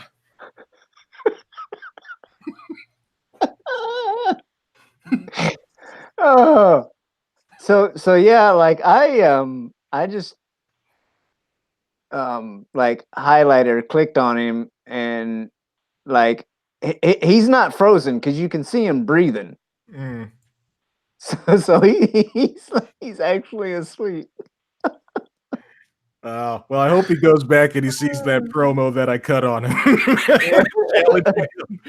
For the World Heavyweight Championship at the next WrestleMania. Oh yeah. Oh yeah, and you're going to be the special guest referee, Hallmark. So you better do your job, because if you don't, I'm going to drop that elbow on you. And 1, 2, 3, you're going to be out too. Oh, you know I will, brother. Okay, that settles it. Because what are you gonna do when Turtle Mania runs wild on you? Oh, Turtle Mania is dead. Tario says, does anyone have Thomas's phone number to call him? Yeah, I do. Give him a call.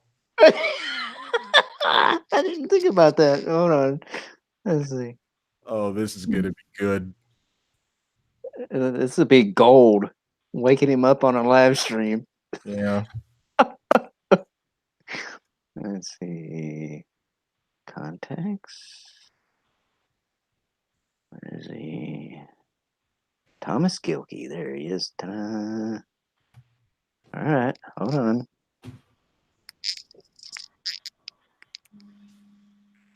Oh, it's ringing. It's ringing. Oh boy. Oh, come on. Wakey, wakey. Eggs and bakey. Dun, dun, dun, dun, dun, dun, dun, dun, dun, dun.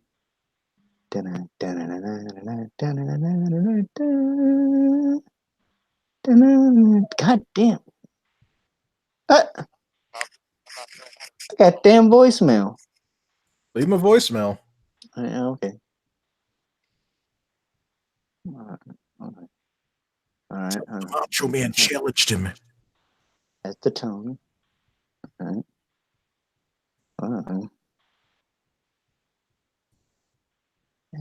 All right. Hey Thomas, it's Shellback. It's Tim.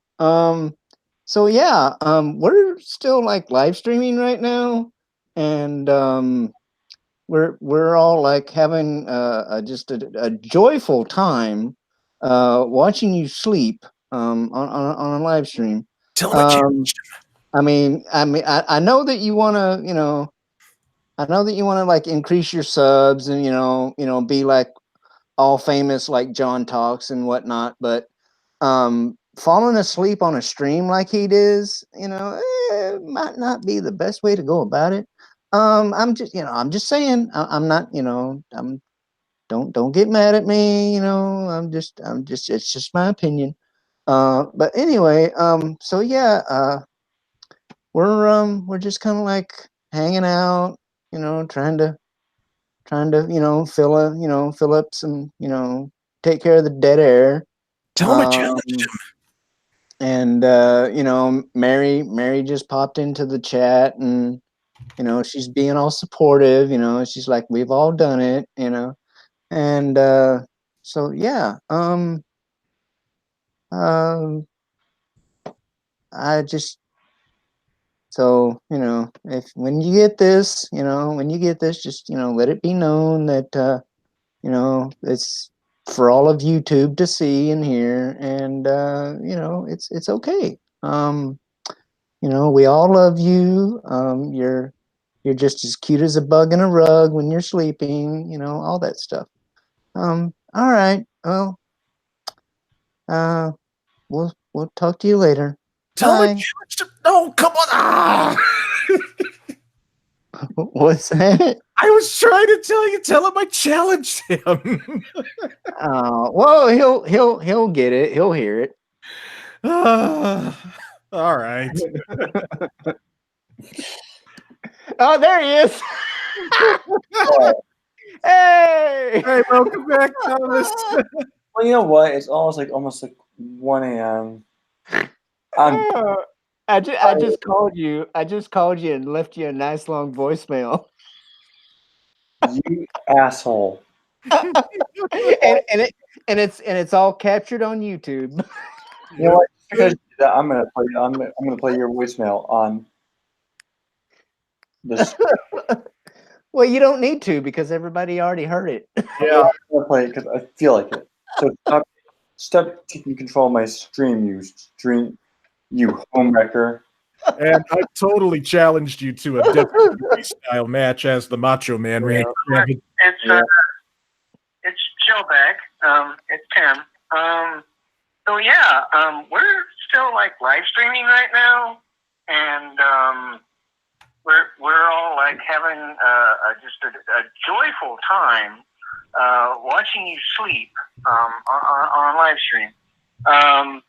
I know that you want to, I know that you want to like increase your subs and be like all famous like John Talks and whatnot, but falling asleep on a stream like he did, might not be the best way to go about it. I'm just saying. I'm not, don't get mad at me. It's just my opinion. But anyway, so yeah. Hi, Mary. We're just kind of like hanging out, trying to, fill up, and, take care of the dead air. Mary just popped into the chat and she's being all supportive. She's like, we've all done it, and so yeah. I just when you get this, just let it be known that it's for all of you to see and hear, and it's okay. We all love you. You're just as cute as a bug in a rug when you're sleeping. All that. All right. Well, we'll talk to you later. Bye. I just came on to say, stop messing with Thomas. Okay, we've all done it. We've all done it. Okay? I've never fallen asleep on a stream. Okay, fine.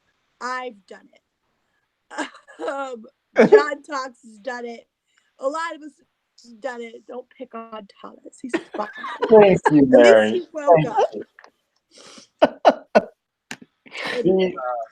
I got your back, Thomas. Quit picking on Thomas, guys. All I did was cut a promo on him as the Macho Man, challenging him to a World Heavyweight Championship title match at the next WrestleMania. You're so weird. What? You think the Macho Man is weird? Oh no! You used to accompany me to the ring, Miss Mary, or should I just call you Miss Mayhem? Yeah. I think that would be a much better name for you. Yeah, Miss Mayhem. It's got a nice ring to it. A ring to a ring. And so you are going to be there too. And you're going to watch me drop the elbow on Thomas at the next WrestleMania. Because Thomas Mania is going down to the Macho Man. I'm laying back down. I'm going to lay back down now, and I'm going to go to sleep. And I'm going to listen to you jack offs while I do. Okay, I just wanted to come on and support Thomas. Okay, Well, we were trying to wrap it up, and he just even though if Proper were here, Mary, you and him would be doing the same thing that these fools. Oh yeah. Yeah.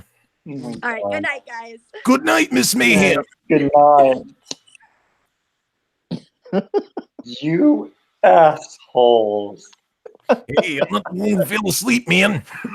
Hey, at least it isn't like a real life party, and like you were the first one to pass out, because then you would have woken up with like magic marker all over your face. So, yeah, probably some bad things drawn on you. So. Yeah. You assholes. I'm gonna go. You know what? I'm not gonna private this. After the stream is over, I'm gonna go back.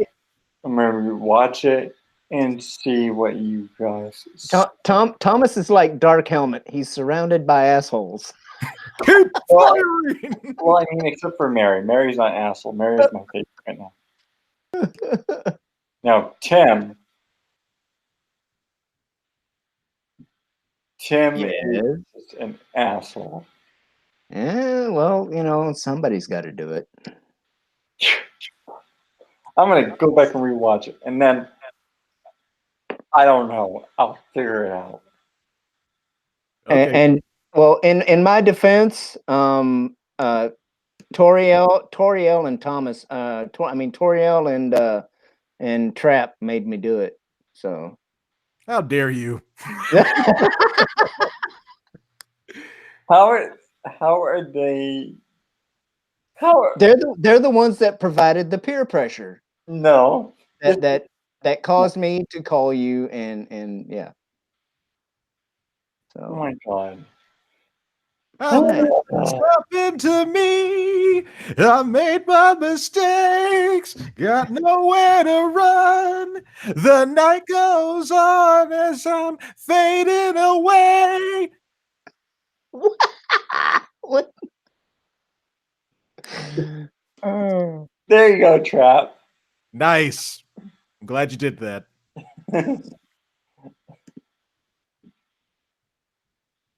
So, should we wrap things up now? Yes. Yeah, yeah. While you're still conscious. Yeah. Hold on. Hold on.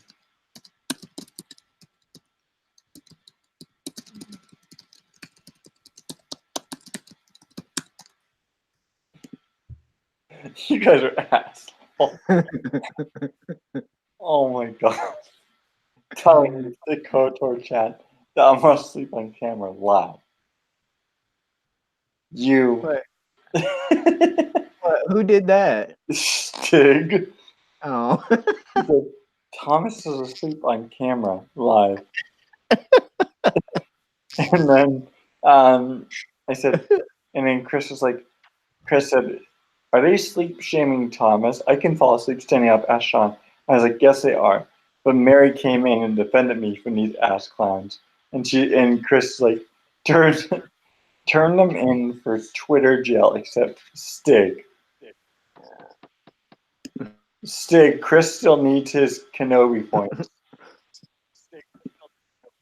Okay, now I'm gonna end it before you three try to pull any other nonsense. I'll get back to Tim. Sorry, not sorry. Yeah. We did it out of love, Thomas. Oh, we did it bullshit. out of love. You're a liar. Stig, come back. He went to the store.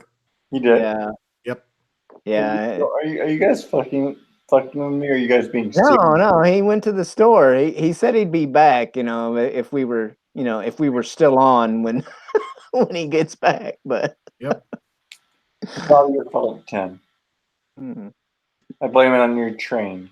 I mean, I blame it on your turtle. Oh, you see, you've got the train now, Hallmark. You better run with it. Yeah. Choo choo. You asshole. Chugga. Fuck you.